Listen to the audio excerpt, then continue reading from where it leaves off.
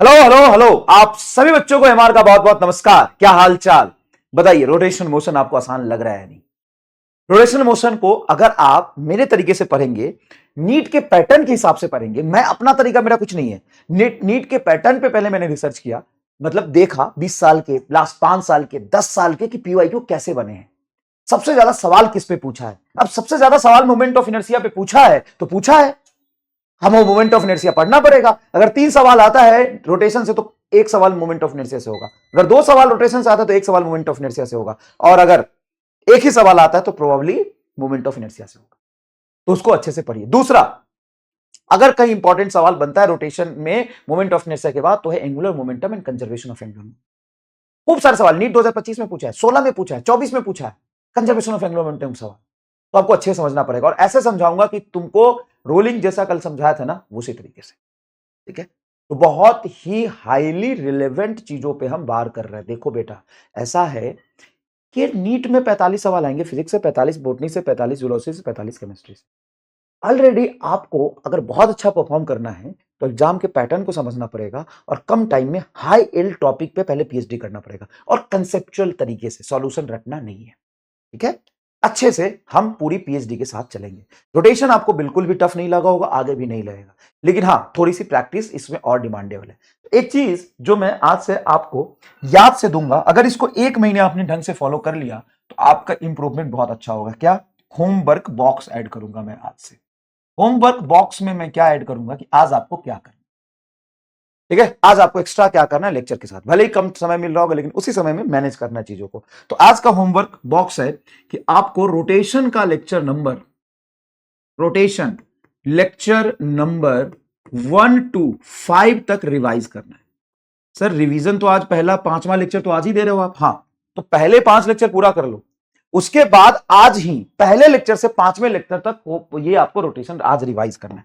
फिर रोटेशन के सबसे इंपॉर्टेंट 40 सवाल मैं आपको दूंगा, सबसे इंपॉर्टेंट 40 सवाल दूंगा, ठीक है, उससे आपको क्वेश्चन प्रैक्टिस करना है। लेकिन आज पहले आप ये पूरा करो, कल मैं इसी पर सवाल दूंगा। और देख भाई, इंप्रूवमेंट होने में समय लगता है। अभी भले ही हमारे 1 महीने पूरे हो गए इस बैच में, लेकिन 1 महीने में अगर तुम देखोगे तो basic math, vector, motion in straight line, motion in a plane, laws of motion, friction, centre of mass collision, work energy power, rotation, 6-7 बड़े बड़े chapter, 60% of the syllabus, 65% of 11th class का सिलेबस यहां तक होता है, वो हमने cover कर लिया। ठीक है, अब थोड़ा थोड़ा यहां से रिवीजन और हाई यील्ड क्वेश्चंस, वो जो आने की सबसे ज्यादा प्रोबेबिलिटी है। मैं 100 क्वेश्चन दे दूंगा ना, एक दिन में कर पाओगे क्या? 200 क्वेश्चन दे दूंगा, कोई मतलब नहीं है। क्वेश्चन वो इंपॉर्टेंट है जो एग्जाम में आने हैं। तो मिस्टर फिजिक्स से मैं क्वेश्चन आपको दूंगा, ठीक है, उसको आपको करते चलना है। जो जो डाउट आएगा मैं लाइव लेके उसको डिस्कस करूंगा, लेकिन अभी नहीं, अभी थोड़ा सा और सिलेबस हो जाने दो। लक्ष्य का भी बैच में बोर्ड का सिलेबस हो जाता है, बोर्ड का पेपर हो जाता है, उसके बाद मैं सारी कराऊंगा। ठीक है, चिंता मत करिए। तो जो मैं होमवर्क देता जाऊंगा उसको फॉलो करते जाना है। चलिए अब शुरू करते हैं रोटेशनल मोशन का। आज का टॉपिक हमारा एंगुलर मोमेंटम। ध्यान से सुनिएगा, टॉपिक है एंगुलर मोमेंटम। आपने मोमेंटम नाम से कोई और फिजिकल क्वांटिटी पहले पढ़ा है? हाँ सर पढ़ा है ना। लीनियर मोमेंटम होता है, जिसको सिर्फ मोमेंटम के नाम से भी जानते हैं। तो आज के बाद मोमेंटम अगर आपसे पूछे तो आप एक ही मोमेंटम जानते हैं कि दो जानते हैं? बताइए। आज के बाद से अगर कहीं मोमेंटम आपसे पूछता है तो आप एक ही मोमेंटम का नाम जानते हैं कि दो मोमेंटम का नाम जानते हैं? बताइए क्या कहेंगे, जल्दी बोलिए, जल्दी जल्दी कमेंट करिए, कमेंट करिए, कमेंट। जो समझ में आ रहा करना, एक बार कर देगा तो क्या जाएगा, करना। आज के बाद मोमेंटम एक होंगे कि दो? सर मोमेंटम दो हो गए ना, एक लीनियर एक एंगुलर। अगर सवाल में बोला मोमेंटम बताओ तो कौन सा बताओगे? सर अब देखना पड़ेगा कि मोमेंटम पूछा है तो बॉडी घूम रही है कि चल रहा है। सुनना, यही पे तुम पहले हमारे स्कैम में फंस गए, अगर तुमने दो सोचा तो। अगर सवाल में मोमेंटम पूछ रहा है, लिखा है मोमेंटम बताओ, तो बॉडी घूम रही है चल रही है। अगर पूछा है मोमेंटम बताओ तो लीनियर मोमेंटम। सर ये कैसे? मोमेंटम तो एंगुलर भी हुआ ना। कंफ्यूजन खत्म करता हूं, सुन। वैसे तो पढ़ते समय दो तरह का मोशन होता है, translation and rotation. Translation motion, motion से रिलेटेड मोमेंटम होता है linear momentum, translational momentum, P, जिसको हम भी लॉज ऑफ मोशन में पढ़े थे, जिसका कंजर्वेशन हमने centre of mass and collision में किया। एंड रोटेशन से रिलेटेड होता है एंगुलर मोमेंटम, जिसको हम एल से रिप्रेजेंट करते हैं। तो मोमेंटम होता दो है, लेकिन सवाल की क्रोनोलॉजी और सवाल के पॉइंट ऑफ व्यू से समझो तो अगर तुमसे मोमेंटम सवाल में पूछा है तो बॉडी चल रही है घूम रही है, वो लीनियर मोमेंटम ही पूछ रहा है। तो एंगुलर भी तो हो सकता नहीं, एंगुलर अगर पूछना होगा तो सवाल में लिख के देगा। तो क्या बात कर रहे हो, ऐसा होता है क्या? हाँ, ऐसा फॉलो करके चलते हैं, ये एक्सपीरियंस से आता है। तो पहले स्लाइड में तुमको ना कंसेप्चुअल क्लैरिटी मिला कि नहीं क्वेश्चन पॉइंट ऑफ व्यू से। वैसे होता मोमेंटम तो है, लीनियर और एंगुलर। मोमेंटम कितने तरह का होता है सर? वैसे देखा जाए तो दो तरह का होता है, लीनियर मोमेंटम, एंगुलर मोमेंटम। लेकिन सवाल में अगर लिखा है मोमेंटम बताओ तो तुम लीनियर के बारे में ही सोचोगे, चाहे बॉडी कुछ भी कर रही हो। अगर बोला है एंगुलर मोमेंटम बताओ या उसको एंगुलर मोमेंटम पूछना है तो हमेशा एंगुलर मोमेंटम लिखता है। एंगुलर मोमेंटम को अकेला मोमेंटम लिख के और एंगुलर नहीं पूछेगा। ठीक है, चलो। तो लीनियर मोमेंटम क्या होता है कि कोई m मास का ऑब्जेक्ट, मान लीजिए v वेलोसिटी चल रहा है, तो उसकी लीनियर मोमेंटम हम p वेक्टर बोलते हैं, m v वेक्टर। क्या ये वेक्टर है? हाँ, तो वेक्टर का डायरेक्शन होगा, किधर होता है direction? Direction of momentum along velocity, direction of momentum, momentum along velocity, velocity की तरफ इसकी डायरेक्शन। जिसे हर लीनियर पैरामीटर के लिए कोई ना कोई एंगुलर पैरामीटर हम क्रोनोलॉजी से डिफाइन करते हैं। मैं अगर तुम्हें यहीं पे डिफाइन करूं लीनियर मोशन, तो लीनियर मोशन में डिस्प्लेसमेंट कैसे डिफाइन करते हो? एस से। तो रोटेशनल मोशन या एंगुलर या रोटेशनल मोशन की बात करूं तो रोटेशनल मोशन में डिस्प्लेसमेंट कैसे डिफाइन करते हैं? रोटेशनल मोशन में डिस्प्लेसमेंट डिफाइन करते हैं थीटा से। जैसे यहां पे वेलोसिटी वेक्टर होता है v, यहां पे एंगुलर वेलोसिटी वेक्टर होता है ओमेगा। यहां पे एंगुलर नहीं, लीनियर एक्सेलरेशन होता है a, यहां पे एंगुलर एक्सेलरेशन होता है अल्फा। तो ये एक्सेलरेशन में भी मैंने समझाया था, कोई टफ चीज नहीं है, तुम समझ गए तो बोलो पहले स्लाइड ओपी। देखो, अगर तुमसे बोलता है एक्सेलरेशन बताओ, तो एक्सेलरेशन मतलब यही हुआ, जब तक वो एंगुलर एक्सेलरेशन ना लिखे ना तब तक अल्फा की बात हम नहीं करेंगे। तो अगर उसको एंगुलर एक्सेलरेशन पूछता तो पूछना होगा तो बोलेगा एंगुलर एक्सेलरेशन बताओ। अगर बॉडी घूम रही है और तुमसे बोला एक्सेलरेशन तो तुम ए समझोगे। बताओ, मजा आया? अब देखो, जैसे लीनियर मोशन में मतलब इनर्शिया ऑफ मोशन हम एम से रिप्रेजेंट करते हैं, मास बॉडी का क्या है वो एम होता है। यहां पे रोटेशनल मास होता है मोमेंट ऑफ इनर्शिया। ठीक है, अच्छा, इनर्शिया को मेजर नहीं कर सकते, इनर्शिया का कोई यूनिट नहीं होता, याद रखिएगा। Inertia is a unitless, inertia is a property. Inertia, linear inertia mass के प्रोपोर्शनल होता है लेकिन उसका मेजरमेंट नहीं होता। इनर्शिया का कोई यूनिट नहीं है, लेकिन मोमेंट ऑफ इनर्शिया का यूनिट है केजी मीटर स्क्वायर। अब हमने यहां पे पढ़ा था फोर्स बराबर मास इंटू एक्सीलरेशन वेक्टर। यहां पे टॉर्क बराबर आई अल्फा पढ़ा था कि नहीं पढ़ा था? सब पढ़ा था। एक और चीज पावर, कितना सुंदर तरीके से मैंने समझाया था कि अगर कोई बॉडी चल रहा है तो उस पर इंस्टेंटेनियस पावर होता है फोर्स और वेलोसिटी वेक्टर, यस और नो। उसी तरीके से यहां भी पावर होगा, बताओ कैसे लिखोगे? सर फोर्स लीनियर वेलोसिटी, तो एंगुलर फोर्स टॉर्क और angular velocity omega. Oh wow, power, ओए ओए मुन्ना पावर। हाँ सर, पावर भी आ गया। अब सुनो, वर्क बताओ कैसे डिफाइन किया था? Work sir force into displacement vector. बताओ यहां पे वर्क क्या होगा? सर यहां पे वर्क होगा टॉर्क इंटू थीटा। यस, और कोई सर्च की बात नहीं है कि तुमसे बोल दे कि टॉर्क दिया हुआ है वेक्टर फॉर्म में 2i cap plus 3j cap plus 4k cap and angular displacement दिया है 2i cap minus 3k cap. Work बताओ। फोर्स और डिस्प्लेसमेंट का जैसे डॉट प्रोडक्ट पे बेस्ड वर्क होगा, यहां पे डायरेक्टली वर्क निकलेगा। सर एक और बात बताएं, यहां पे वर्क बराबर चेंज इन काइनेटिक एनर्जी होता है, तो यहां भी वर्क बराबर चेंज इन काइनेटिक एनर्जी होगा, लेकिन काइनेटिक एनर्जी कौन सा? रोटेशन वाला। उसी तरीके से जैसे यहां पे हम मोमेंटम लिखते हैं P मोमेंटम बराबर एम भी वेक्टर, यहां पे मोमेंटम आएगा लीनियर मोमेंटम एम भी वेक्टर, एंगुलर मोमेंटम बताओ क्या लिखो? अब तुम पे डिपेंड छोड़ दिया मैंने, बाकी चीजें मैंने बढ़ाई, तुम क्या लिखोगे तुम बताओ, मैं नहीं जानता।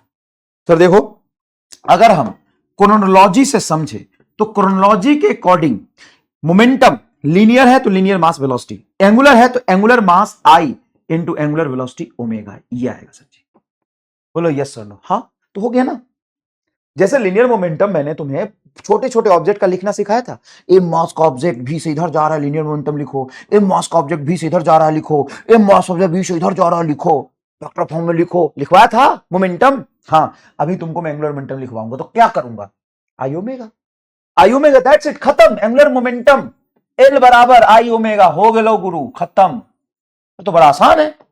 हाँ, ये है angular momentum in pure rotational motion, angular momentum in pure rotation. अब अगर तुमको फील आ गया होगा आई ओमेगा का, तो लिख दो क्रोनोलॉजी ओपी। पहले इसी क्रोनोलॉजी समझो, बाकी मैं कंसेप्ट पूरा समझाऊंगा। क्रोनोलॉजी से समझो। बोलो, एम मास का ऑब्जेक्ट अगर वी से चल रहा है तो लीनियर मोमेंटम एम भी। अब मान लो कोई ऑब्जेक्ट है जिसकी मोमेंट ऑफ इनर्शिया आई और ओमेगा से घूम रहा है, बताओ इसका एंगुलर मोमेंटम क्या होगा? आई ओमेगा। बस डेफिनेशन से समझते हैं एंगुलर मोमेंटम क्या होता है। Linear motion contain in the body is linear momentum and rotational motion contain in the body is called rotational angular momentum. Depends on frame of reference. Yes, frame of reference पे depend करता है कि आप कहां से बैठ के body का एंगुलर मोमेंटम निकालना चाहते हो। अगर बॉडी कहीं से बैठ के आपको घूमता हुआ नहीं दिख रहा है, कहीं से बैठ के आपको बॉडी घूमता हुआ दिख रहा है, सर ऐसा थोड़ी ना होता है। ऐसा क्यों नहीं होता है भाई? लीनियर मोमेंटम ही तो फ्रेम पे डिपेंड करता है। मान लो लिफ्ट के अंदर तुम बैठे हो और लिफ्ट में कोई ऑब्जेक्ट रखा है, उसकी मोमेंटम क्या होगी? रेस्ट में है तो जीरो होगी। बाहर से वही चलता हुआ दिखाई दे सकता है, तो फ्रेम पे डिपेंड करता है। ये एक्सियल वेक्टर। तो एक्सियल वेक्टर ये अकेला एंगुलर मोमेंटम नहीं है। जितने भी एंगुलर पैरामीटर होता है, जैसे angular displacement, angular velocity, angular acceleration, torque, ये सारे एक्सियल वेक्टर होते हैं क्योंकि क्रॉस प्रोडक्ट से आते हैं सारे फिजिकल क्वांटिटी। पहली बात। दूसरी बात, ये जिस प्लेन में बॉडी घूम रहा होता है, ये एक्सिस ऑफ रोटेशन के लॉन्ग आते हैं, मतलब एक्सियल वेक्टर हो गए। ओमेगा कहां होगा? बाहर की तरफ। जैसे मैं सर्कुलर मोशन पढ़ाया था, ओमेगा की डायरेक्शन दिखाया था। जिस प्लेन में बॉडी घूमता है उसके परपेंडिकुलर एक्सिस की तरफ आता है ओमेगा। ठीक है, तो एंगुलर मोमेंटम को हम लिखते हैं एल वेक्टर से। एल वेक्टर बराबर क्या होगा? आई इंटू ओमेगा वेक्टर। इसका यूनिट होता है केजी मीटर स्क्वायर पर सेकेंड। यूनिट आप यहां से भी निकाल सकते हो, देखो ना, यूनिट आप ऐसे देखो। एंगुलर मोमेंटम का एक और डेफिनेशन है आर क्रॉस पी। ये linear position into linear momentum. ये भी पढ़ाऊंगा, समझाऊंगा, अभी समझाया नहीं है। ये एक और डेफिनेशन होता है, पहले हम इस पे फोकस कर रहे हैं। यहां से यूनिट देख सकते हो। आर का यूनिट बोलो मीटर और पी का यूनिट बोलो। सर पी का हो जाएगा केजी मीटर पर सेकेंड। तो ये आ गया KG metre metre metre square पर सेकेंड। बोलो कोई दिक्कत नहीं सर। चलो अब इसकी डायरेक्शन किधर होगी? Sir direction along omega. क्यों? देखो एंगुलर मोमेंटम की डायरेक्शन अब सीधा सीधा ओमेगा की तरफ कह सकते हो। जैसे कोई एम मास का ऑब्जेक्ट वी से चल रहा है, इसका लीनियर मोमेंटम वेलोसिटी की तरफ होता है। हाँ, इसका एंगुलर मोमेंटम ओमेगा की तरफ होगा। लीनियर मोमेंटम वेलोसिटी की तरफ, एंगुलर मोमेंटम एंगुलर वेलोसिटी की तरफ, खत्म। तो जिस डायरेक्शन में बॉडी घूम रही, एंटी क्लॉकवाइज मोशन के लिए एल बताओ क्या होगा? एल होगा आउटवर्ड फॉर एंटी क्लॉकवाइज। ये तो बड़ा आसान लगा यार। एंटी क्लॉकवाइज मोशन के लिए ओमेगा बाहर लेते थे, उसी तरीके से एल भी बाहर लेंगे। और क्लॉकवाइज मोशन के लिए ओमेगा अंदर, आंटी बाहर, अंकल अंदर, अंकल अंदर। बहुत आसान है। और आई ओमेगा जब तुम लिखोगे तो सबसे पहले देखोगे किस एक्सिस के अबाउट बॉडी घूम रहा है, उसी एक्सिस के अबाउट उसका moment of inertia into omega. बस बहुत आसान है। जैसे मान लो ये एक्सिस ऑफ रोटेशन है, यहां से आर डिस्टेंस से कोई एम मास का ऑब्जेक्ट इस सर्कुलर पाथ में ओमेगा एंगुलर स्पीड से घूम रहा है, तो इस पॉइंट के अबाउट आप लिखोगे इसका एंगुलर मोमेंटम। एंगुलर मोमेंटम होगा इस बॉडी की moment of inertia about axis of rotation into omega. That's it, खत्म। तो सर अगर मान लो पॉइंट ऑब्जेक्ट है तो आर डिस्टेंस पे इसका मोमेंट ऑफ इनर्शिया होगा M R square into angular velocity omega. आप ये से एंगुलर मोमेंटम लिखोगे, पी बराबर एम बी, एल बराबर आई ओमेगा। सबसे पहले इसी पर चर्चा करते हैं। तो आपको पहले मैं एंगुलर मोमेंटम लिखना सिखाऊंगा। सर सिखाओ, कोई दिक्कत नहीं, हम सीखेंगे। तो देखो, जैसे मान लो ये मेरे पास बॉल है और इस एक्सिस ऑफ रोटेशन के अबाउट ये बॉल घूम रहा है। इस एक्सिस ऑफ रोटेशन के अबाउट बॉल घूम रहा है। जरा घुमा के दिखाता हूं। कई बार बच्चों को ये नहीं समझ में आता सर बॉल घूम कैसे रहा है, वो घूम कैसे रहा है। तो देख ऐसे घूम रहा है,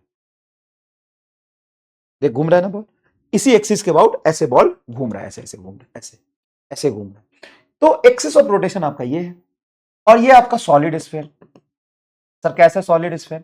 यहां पे लिख दिया मैंने, देखो solid sphere is rotating with angular speed omega then angular momentum about the given axis. इस एक्सिस के अबाउट बताओ। तो सबसे पहले बताओ ये एक्सिस सेंटर ऑफ मास से पास कर रहा है। हाँ, आप लिखेंगे एंगुलर मोमेंटम इसी सेंटर ऑफ मास के अबाउट इसका moment of inertia into omega. तो सेंटर ऑफ मास के अबाउट इसका एंगुलर मोमेंटम आएगा आईसीएम बोलो sir 2/5 M R square into omega. That's it. बताओ तुमको एंगुलर मोमेंटम आसान लगा कि नहीं? सर जैसे एम इंटू वी करते हैं आई इंटू ओमेगा कर देंगे। हाँ, तो बस ये देखना रहेगा कि बॉडी जिस एक्सिस के अबाउट घूम रहा है उसी के अबाउट मोमेंट ऑफ इनर्शिया लेना है। अब मान लो यही बॉडी में लेता हूं, यही स्फीयर, और स्फीयर एक्सिस ऑफ रोटेशन के अबाउट ऐसे घूम रहा है। देखना ऐसे घूम रहा है, ऐसे देखो, तुम ऐसे देखो, 3D फिगर देखो, ऐसे देखो, ऐसे घूम रहा है। अब बताओ इसका एक्सिस ऑफ रोटेशन क्या होगा? ये इसका एक्सिस ऑफ रोटेशन होगा जो इसके टेंजेंट से पार्ट कर रहा है। बॉडी ऐसे घूम रही है, ऐसे घूमेगी। ये आपका सॉलिड स्फीयर हो गया और ये सॉलिड स्फीयर इस एक्सिस के अबाउट ऐसे घूम, ऐसे, मतलब ये सॉलिड स्फीयर यहां है, अब यहां आएगा, अब यहां आएगा, यहां सेंटर के अबाउट ऐसे नहीं घूम रहा। तो इसका एंगुलर मोमेंटम लिखोगे जिस एक्सिस के अबाउट घूम रहा है उसी एक्सिस के अबाउट मोमेंट ऑफ इनर्शिया। इस एक्सिस के अबाउट मोमेंट ऑफ इनर्शिया बताओ क्या होगा? सर ये भी सॉलिड स्फीयर। हाँ सॉलिड स्फीयर है। तो सॉलिड स्फीयर का इस एक्सिस के अबाउट होता है 2/5। एम आर स्क्वायर और ऐड कर देंगे, तो 2/5 में एम आर स्क्वायर और ऐड करोगे तो ये हो जाएगा moment of inertia 2/5 M R square I same के about plus M R square. तो यहां से 5 एलसीएम लो, तो 5 2 7, तो 7/5 mr² आपका जवाब है।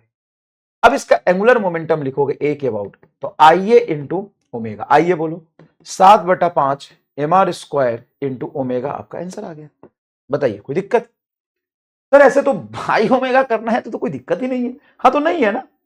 और सबसे ज्यादा conservation of angular momentum based सवाल इसी पर आए, इसी पर आए, डिस्क और स्फीयर पे ही। चलो यहां देखो क्या सर जी, एक रिंग है, ठीक है सर, रिंग तो दिख रहा है, कितना मास का है, m मास का, r रेडियस है, और अपने centre of mass perpendicular plane घूम रहा है। मतलब रिंग तुम्हारा ये रहा, इसको रिंग के लिए रिंग जैसा मान लो थोड़ी देर के लिए, और एक्सिस जो पास कर रहा है वो परपेंडिकुलर प्लेन, रिंग ऐसे घूम रहा है, ऐसे घूम रहा है रिंग, देखो बताओ ऐसे घूम रहा है रिंग। बताओ तुम खुद बताओ, तुम खुद एंगुलर मोमेंटम लिख पा रहे हो कि नहीं लिख पा रहे हो, कमेंट करके बताओ।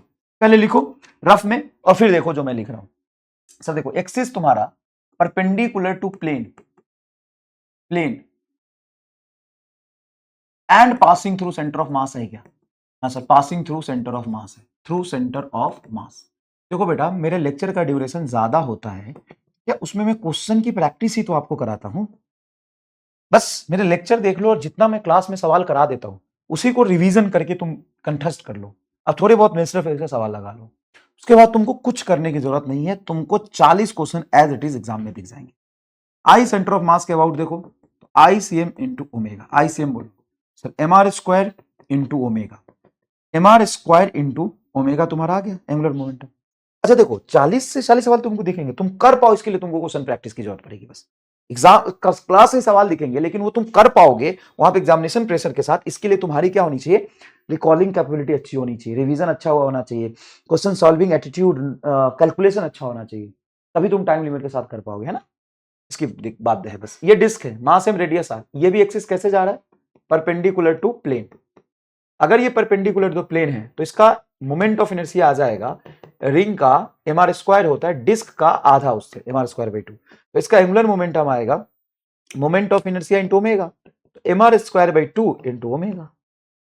अब यहीं पे दो बॉडी सिस्टम में बनाता हूं। दो बॉडी सिस्टम कैसे, ये रिंग तो घूम ही रहा था, एक पॉइंट मास एक्स्ट्रा लटका दिया, अब ये चिपक के इसके साथ ऐसे ऐसे घूम रहा है। मतलब अरे जा, इसका तो मैंने लेदरी पेचौनी निकाल दिया, कोई बात नहीं, अटोरा झिंगूटा इसका निकाल दिया। बायोलॉजी में अटोरा झिंगूटा पढ़े हो कि नहीं पढ़े होगे, चलो देखो ये डिस्क है, हाँ सर डिस्क है। अब ये जो डिस्क है ना वो ऐसे ऐसे घूम रहा है, ऐसे ऐसे घूम रहा है, चलो घूमने तो कोई बात नहीं, ऐसे ऐसे घूम रहा है। अभी डिस्क ऐसे ऐसे घूम रहा था, अब मैंने क्या किया कि डिस्क पर एक पॉइंट मास भी चिपका दिया, अब ये दोनों ऐसे मिलके घूम रहे हैं। सर अब कैसे करेंगे, देखो कैसे करेंगे। सबसे पहली बात, एक्सिस सेंटर ऑफ मास से and perpendicular to the plane है, perpendicular to plane. Angular momentum होता है पूरे सिस्टम का, मतलब जितनी भी बॉडी घूम रही है उसका moment of inertia about centre of mass into omega. Centre of मास मतलब इस पॉइंट के अबाउट, जो रिंग का सेंटर ऑफ मास है, सिस्टम का नहीं, क्योंकि मास अभी आ गया, रिंग भी है तो दो बॉडी नहीं, मतलब ऐसे बोल दो ना, ये तुम्हारा सेंटर है, तो जिस पॉइंट के अबाउट एक्सिस पास कर रहा है ना उसी पॉइंट के about moment of inertia into omega, ये करना। अब रिंग का मोमेंट ऑफ इनर्शिया बताओ, सर रिंग का मास है radius of mr² plus point object है कितने डिस्टेंस पर, सर्कमफ्रेंस पे रखा है तो सेंटर से r डिस्टेंस पर, तो ये इसका मोमेंट ऑफ इनर्शिया भी mr² होगा इनटू ओमेगा। अगर इसका मास कैपिटल एम है, इसका मास स्मॉल एम है, तो r तो कॉमन है, इसका जो रेडियस है वही तो उतने डिस्टेंस पर तो पॉइंट मास था, तो r² बाहर निकल जाएगा, ओमेगा तो पहले ही बाहर था, ये हो जाएगा capital M plus small M, ये तुम्हारा आंसर। बताओ तुम लिख पा रहे हो कि नहीं। तो बहुत आसान है गुरुजी।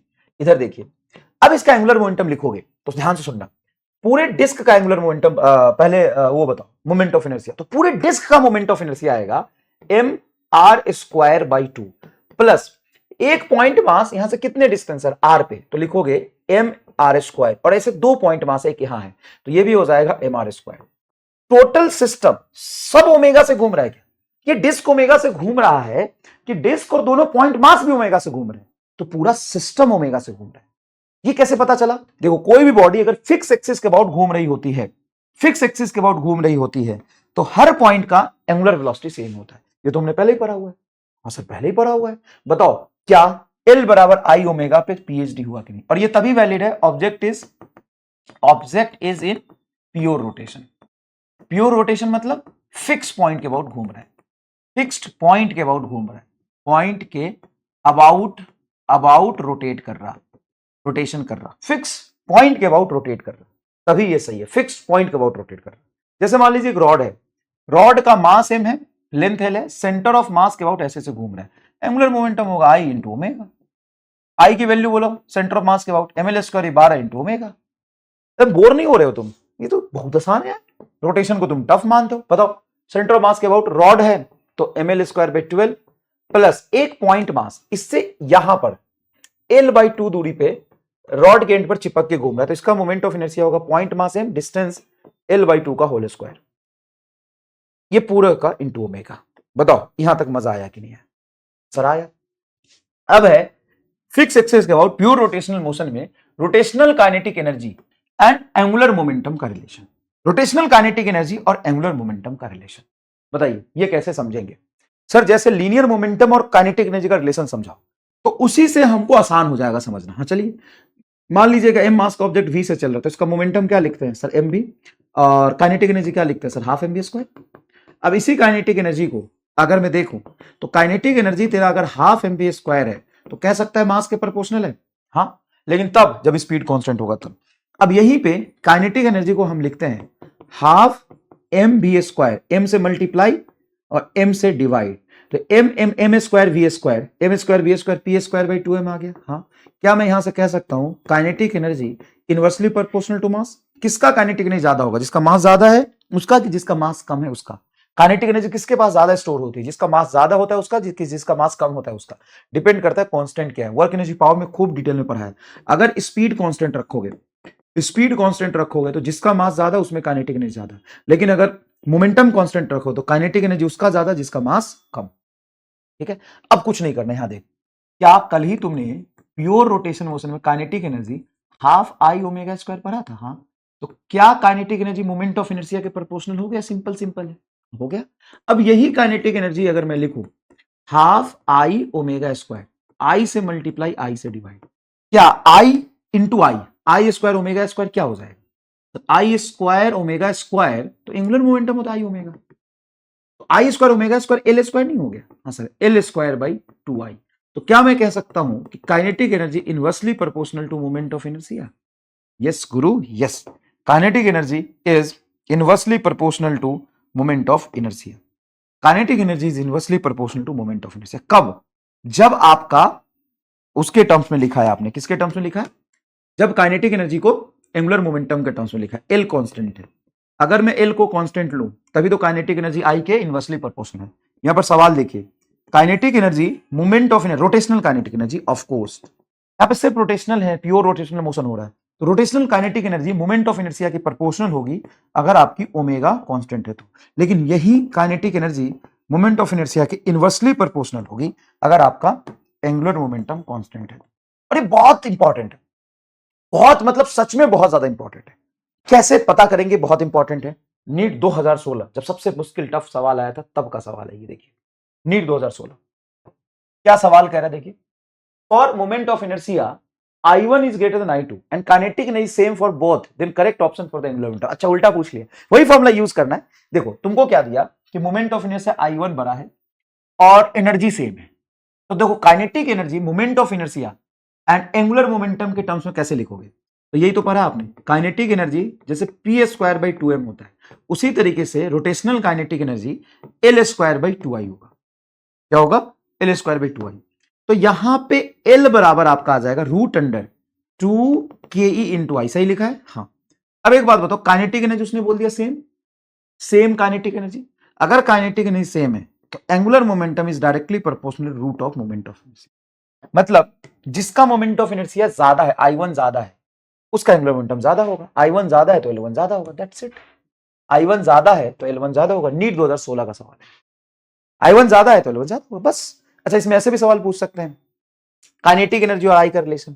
तो काइनेटिक एनर्जी आई का रिलेशन याद रखिएगा, अगर एंगुलर मोमेंटम कांस्टेंट है तो जिसका आई ज्यादा है उसका काइनेटिक एनर्जी कम, इनवर्सली प्रोपोर्शनल, एकदम सेम यहां पे जैसे सवाल पूछते हैं वैसे ही। चलिए सर समझ आ गया। अब बारी है उस टॉपिक को एंगुलर मोमेंटम समझने का जब बॉडी प्योर रोटेशनल मोशन में नहीं हो, सीधा ट्रांसलेट कर रही हो। तो ट्रांसलेशन में तो बॉडी का एंगुलर मोमेंटम नहीं आएगा, नहीं आएगा, नहीं आएगा, ट्रांसलेशनल मोशन में नहीं आएगा। अगर मान लो ऐसा एक ग्राफ है, ठीक है, यहां पे ये पिंकी बैठी है, ये कौन है? ये पिंकी बैठी है, और ये पिंकी ट्रांसलेशनल मोशन करते हुए स्ट्रेट लाइन पे जा रही है v वेलोसिटी से, ठीक है, ये पिंकी है और ये चलती हुई चलते, थोड़ा छोटी पिंकी बना लेते हैं। देखो ये छोटी सी क्यूट सी पिंकी है, ये ऐसे जा रही है। कहां जा रही रे? एक सेक्शन देखो भाग रही है। अरे कहां भाग रही? ऐसे भाग रही। और तुम इसी पिंकी को यहां से बैठ के देख रहे हो, यहां से बैठ के देख रहे हो। तो जब पिंकी यहां थी तो पिंकी का पोजीशन वेक्टर ये हो गया, पोजीशन वेक्टर ऑफ पिंकी। जब पिंकी थोड़ी दूर आगे चल के पहुंची तो क्या पिंकी का पोजीशन वेक्टर ये हो गया? हाँ। फिर थोड़ी दूर आगे चल के पहुंची, क्या पिंकी का पोजीशन वेक्टर ये हो गया? हाँ। तो क्या पिंकी का पोजीशन वेक्टर मतलब पिंकी कितना दूर है? सर यहीं से क्यों डिफाइन किया? ओरिजिन से करो। नहीं, यही हमारा रेफरेंस पॉइंट है, इसी के रिस्पेक्ट में हम चीजें देख रहे हैं, यही मेरा रेफरेंस है। कौन है रेफरेंस मेरा? रामलाल। तो रामलाल जहां से देखेगा वहीं से ऑब्जर्वेशन लेगा। अभी पिंकी को इसने यहां पर देखा, थोड़ी देर बाद पिंकी को यहां देखा, थोड़ी देर बाद पिंकी को यहां देखा, थोड़ी देर बाद पिंकी को यहां देखा, क्योंकि पिंकी स्ट्रेट लाइन पे चल रही थी। ठीक है। रामलाल भाई साहब यहां पे है, रामलाल भाई साहब यहां पे। अब ये जो रामलाल भाई साहब हैं, कौन? रामलाल भाई साहब। उन्होंने पिंकी को जब देखा तो पिंकी को यहां देखा। उन्होंने बोला अच्छा पिंकी, सॉरी ये रामलाल तो वो है एमआर, एमआर भाई साहब भी हैं। एमआर ने जब पिंकी को देखा t इज इक्वल टू 0 पे, तो पिंकी यहां थी, तो पिंकी का पोजीशन वेक्टर ये है। थोड़ी देर बाद जब एमआर ने पिंकी को देखा तो पिंकी यहां है। थोड़ी देर बाद जब एमआर ने पिंकी को देखा तो पिंकी यहां है। थोड़ी देर बाद एमआर ने जब पिंकी को देखा तो पिंकी यहां है। क्या यहीं से देखने पर पिंकी का पोजीशन वेक्टर कुछ एंगल भी रोटेट कर गया? देखो, और पिंकी का पोजीशन वेक्टर अगर एंगल रोटेट कर जाए तो angle rotated bye position vector को एंगुलर डिस्प्लेसमेंट कहते हैं। मतलब पिंकी रोटेशनल मोशन में है।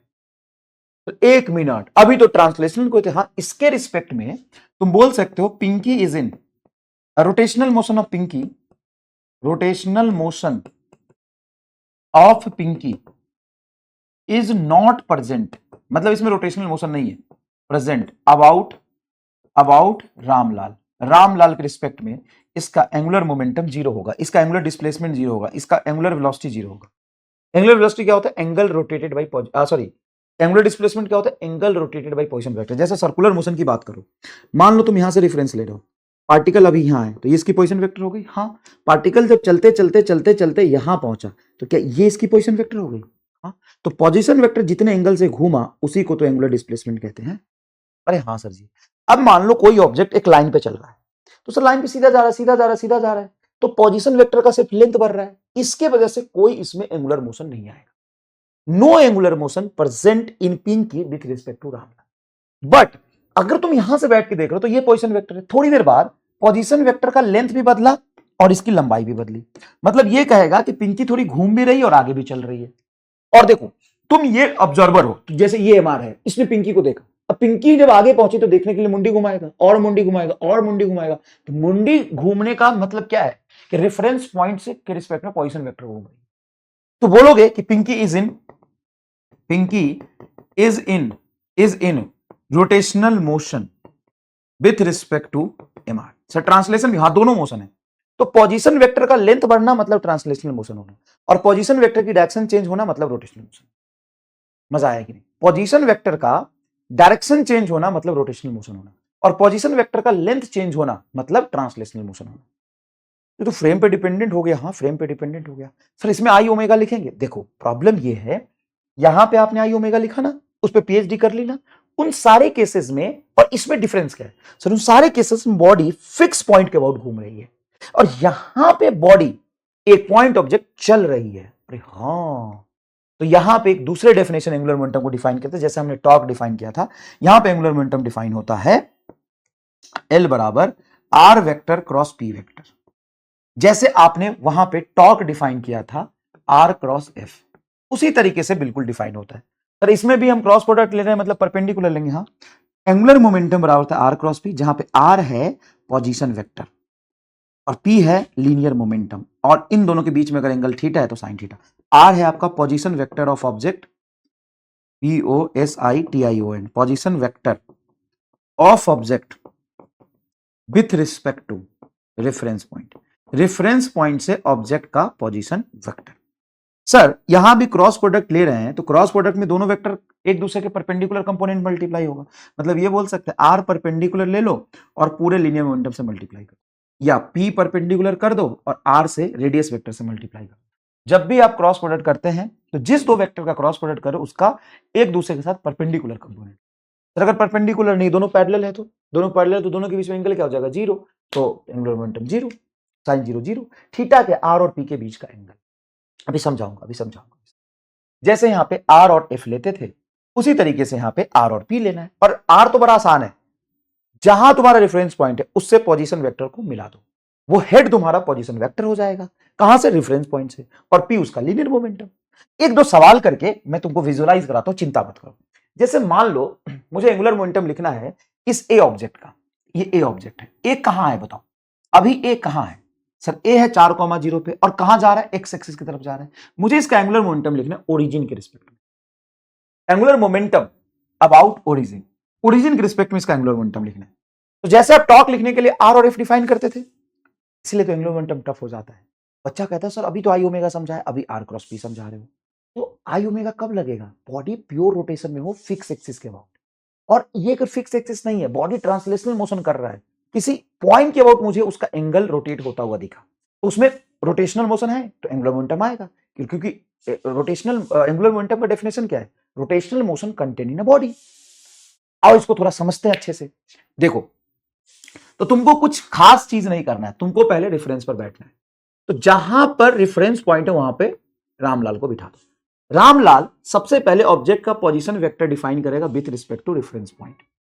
यस और नो?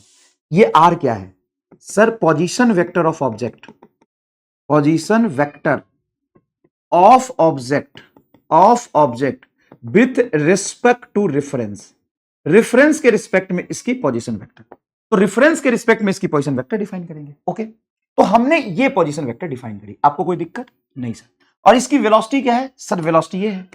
अब इन दोनों के बीच में एंगल बताओ क्या होगी सर? आपने पोजीशन वेक्टर यही क्यों डिफाइन किया? क्योंकि मेरा ओरिजिन है रेफरेंस पॉइंट, रेफरेंस पॉइंट से ऑब्जेक्ट को जिस लाइन पे जोड़ोगे वही पोजीशन वेक्टर है। और वेलोसिटी की तरह सर वेलोसिटी भी आ गया। अब एंगुलर मोमेंटम का डेफिनेशन क्या है सर? आर एक्स में और पी भी एक्स में, मतलब एम बी वेक्टर। पी मतलब लीनियर मोमेंटम, जिधर वेलोसिटी उधर ही लीनियर मोमेंटम होता है। पी ढूंढ रहे थे ना, पी कितना? एम बी के बराबर। अब इन दोनों के बीच में एंगल क्या है? 0 डिग्री। बताओ एंगुलर मोमेंटम क्या होगा? 0, शून्य बटा सन्नाटा, खत्म सर, 0 एंगुलर मोमेंटम। हाँ, ये तो रामलाल का केस हो गया। बताओ, रामलाल इसको सीधा आगे जाता हुआ तो देख रहा था। बताओ क्या इसकी position vector velocity vector same direction में थी? हाँ, अच्छा, अरे यार और चमका, ये तो सही में और चमका यार। अच्छा, इसी इंस्टेंट पर एक ऑब्जेक्ट ये है, इसका तुमको लिखना इसी के रिस्पेक्ट में, तो ये पोजीशन वेक्टर लिखोगे। अब बताइए ये पोजीशन वेक्टर कितना होगा सर? आर हो जाएगा, वाई एक्सिस की तरफ जा रहा है, मतलब 6 जे कैप लिख सकते हैं सर बड़े प्यार से। देखो ये 0,6 होगा, ये एक्स पहले लिखते हैं, वाई बाद में लिखते हैं। 0,6 जैसे 4,0, ये 0,6 में, मतलब वाई कोऑर्डिनेट 6 है, एक्स 0 है। और इसका लीनियर मोमेंटम हो जाएगा एम भी वेक्टर, जिधर वेलोसिटी उधर ही लीनियर मोमेंटम आई कैप। तो इसका एंगुलर मोमेंटम ऐसे लिखोगे, आर आर बोलो 6 जे कैप, पी बोलो पी कितना है सर? एम भी आई कैप। तो ये हो जाएगा तुम्हारा एम भी into 6 J cross I minus के, जे cross I minus K, I cross जे के होता है। और वैसे भी डायरेक्शन की चर्चा हम थोड़ी बाद में करेंगे, सबसे पहले मैग्नीट्यूड समझो। तो ये क्रॉस प्रोडक्ट ना करके तुम सीधा बोलते कि दोनों का परपेंडिकुलर, ये वाई में और ये एक्स में बिल्कुल परपेंडिकुलर है। तो जैसे तुमने टॉर्क समझा था बिल्कुल उसका रेप्लिका हो गया कि ये 6 और एमबी, तो 6 एमबी आएगा सर, 6 एमबी, 6 एमबी। अब टॉर्क अगर तुमने अच्छे से समझा हुआ है तो इसको करने में कितना टाइम लगा बता? तो बहुत जल्दी जल्दी हो गया गुरुजी। हाँ, अब यहां पे लिखो, ये खुद से लिखोगे तो पहले तो मैंने एक समझा है 0,0, ये ए ऑब्जेक्ट है और ये बी ऑब्जेक्ट है। ये है तुम्हारा 0,8 0,8 पे, एक्स 0 वाई 8, यहां पे ऑब्जेक्ट इधर जा रहा है और ये इधर जा रहा है। बताओ ए और बी का एंगुलर मोमेंटम लिखो, स्क्रीन पॉज करके लिखो भाई, लिखो भाई। तुम रोटेशन का एंगुलर मोमेंटम पढ़ रहे हो, जो सबसे टफ चीज होती है, रोटेशन का एंगुलर मोमेंटम पढ़ रहे हो, लिखो। सर रुकिए सर जी, लिख देंगे। हाँ लिखेगा तू शानदार तरीके से लिखेगा, डरेगा बिल्कुल नहीं। ये रेफरेंस से तुम पहले ऑब्जेक्ट का पोजीशन वेक्टर बनाओ। बोलो पोजीशन वेक्टर क्या होगी सर? आर बराबर होगी 3i कैप, देखो एक्स में है, और वेलोसिटी वाई में है, तो तुम पी लिख सकते हो एम भी जे कैप। एंगुलर मोमेंटम ए का विथ रिस्पेक्ट टू ओरिजिन होगा, जहां से तुमने पोजीशन वेक्टर लिया है वही तुम्हारा रेफरेंस पॉइंट है। ये होगा 3i कैप क्रॉस एम भी जे कैप, तो ये हो जाएगा 3m भी आई क्रॉस जे के, 3m भी के कैप। बोलो कोई दिक्कत नहीं सर? 3m भी के कैप एकदम सही है। तो डायरेक्शन भी निकालो, डायरेक्शन बिल्कुल आई क्रॉस जे के आएगा। अब पहले आर लेंगे फिर पी लेंगे, बहुत आसान है। अच्छा, ये एक्स वाला, आर एक्स वाला, तो पी वाई वाला, पी मतलब एम बी वेलोसिटी, जिधर होता है उधर ही मोमेंटम होता है, खत्म। अब इसका देखो तो ये पोजीशन वेक्टर हाँ, और इधर ही वेलोसिटी है, तो इसका एंगुलर मोमेंटम हो जाएगा जीरो। जीरो। तुम मजाक लो करके, हाँ इसलिए तो सिखाया है तुमको। अच्छा बताओ, ये एक एक्स और वाई प्लेन में एक स्ट्रेट लाइन है, ठीक है। इस स्ट्रेट लाइन पे ये ऑब्जेक्ट एम मास का वी वेलोसिटी से इस पे चला जा रहा है। ओरिजिन के रिस्पेक्ट में इसका एंगुलर मोमेंटम बताओ। इसी लाइन पे चला जा रहा है, जो सेंटर से पास करते हुए स्ट्रेट लाइन है उसी लाइन पे चला जा रहा है। Object is moving on a straight line, ये नीट 2011 का सवाल है। Object is moving on a straight line, on a straight line with constant speed, angular momentum about origin के अबाउट इसका एंगुलर मोमेंटम बताइए क्या। ओरिजिन के अबाउट एंगुलर मोमेंटम लिखना है, हाँ तो क्या करेंगे बताइए। सबसे पहले ओरिजिन के रिस्पेक्ट में इस ऑब्जेक्ट को इस पोजीशन वेक्टर से मिला दें। क्या ये पोजीशन वेक्टर हो गया इसका, हाँ। तो क्या इसी लाइन में ऑब्जेक्ट चल रहा है, हाँ। एंगुलर मोमेंटम बताइए क्या होगा सर। देखो इसी पोजीशन वेक्टर के अलोंग ही वेलोसिटी वेक्टर हो गया, जीरो होगा सर जी। अब बताइए इसको समझने में कितना टाइम लगा। जिधर पोजीशन वेक्टर उधर ही ऑब्जेक्ट चल रहा है। पोजीशन वेक्टर कहां से लेते हैं और किसका लेते हैं सर? ऑब्जेक्ट का position vector with respect to reference point, object का लेते हैं, सिर्फ ऑब्जेक्ट का, डायरेक्ट ऑब्जेक्ट का। अब ये वो सवाल है जो सबसे टफ वाला है। क्या देखो, मान लो कि यहां पे ऑब्जेक्ट है और वो लाइन के लॉन्ग नहीं चल रहा, एक्स एक्सिस में चल रहा वी वेलोसिटी, ठीक है। अब पोजीशन वेक्टर क्या होगी सर? ओरिजिन के रिस्पेक्ट में। अच्छा, जरूरी नहीं कि ओरिजिन के रिस्पेक्ट में मुझे एंगुलर मोमेंटम लिखना हो, जहां से लिखना हो वहां से ऑब्जेक्ट को कनेक्ट करेंगे। मान लो मुझे ओरिजिन से लिखना है, तो ये मेरा पोजीशन वेक्टर हो गया।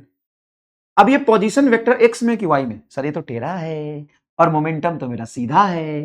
पी बराबर क्या होगा सर? एम यू है तो यू आई के। मोमेंटम किधर है सर? एक्स में। मोमेंटम किधर है गुरु? एक्स में। और पोजीशन वेक्टर किधर है सर? तो टेढ़ा है। अब बताओ, अगर ये एक्स एक्सिस से एंगल थीटा बना रहा था मान लो, तो ये एंगल थीटा होगा, हाँ सर होगा।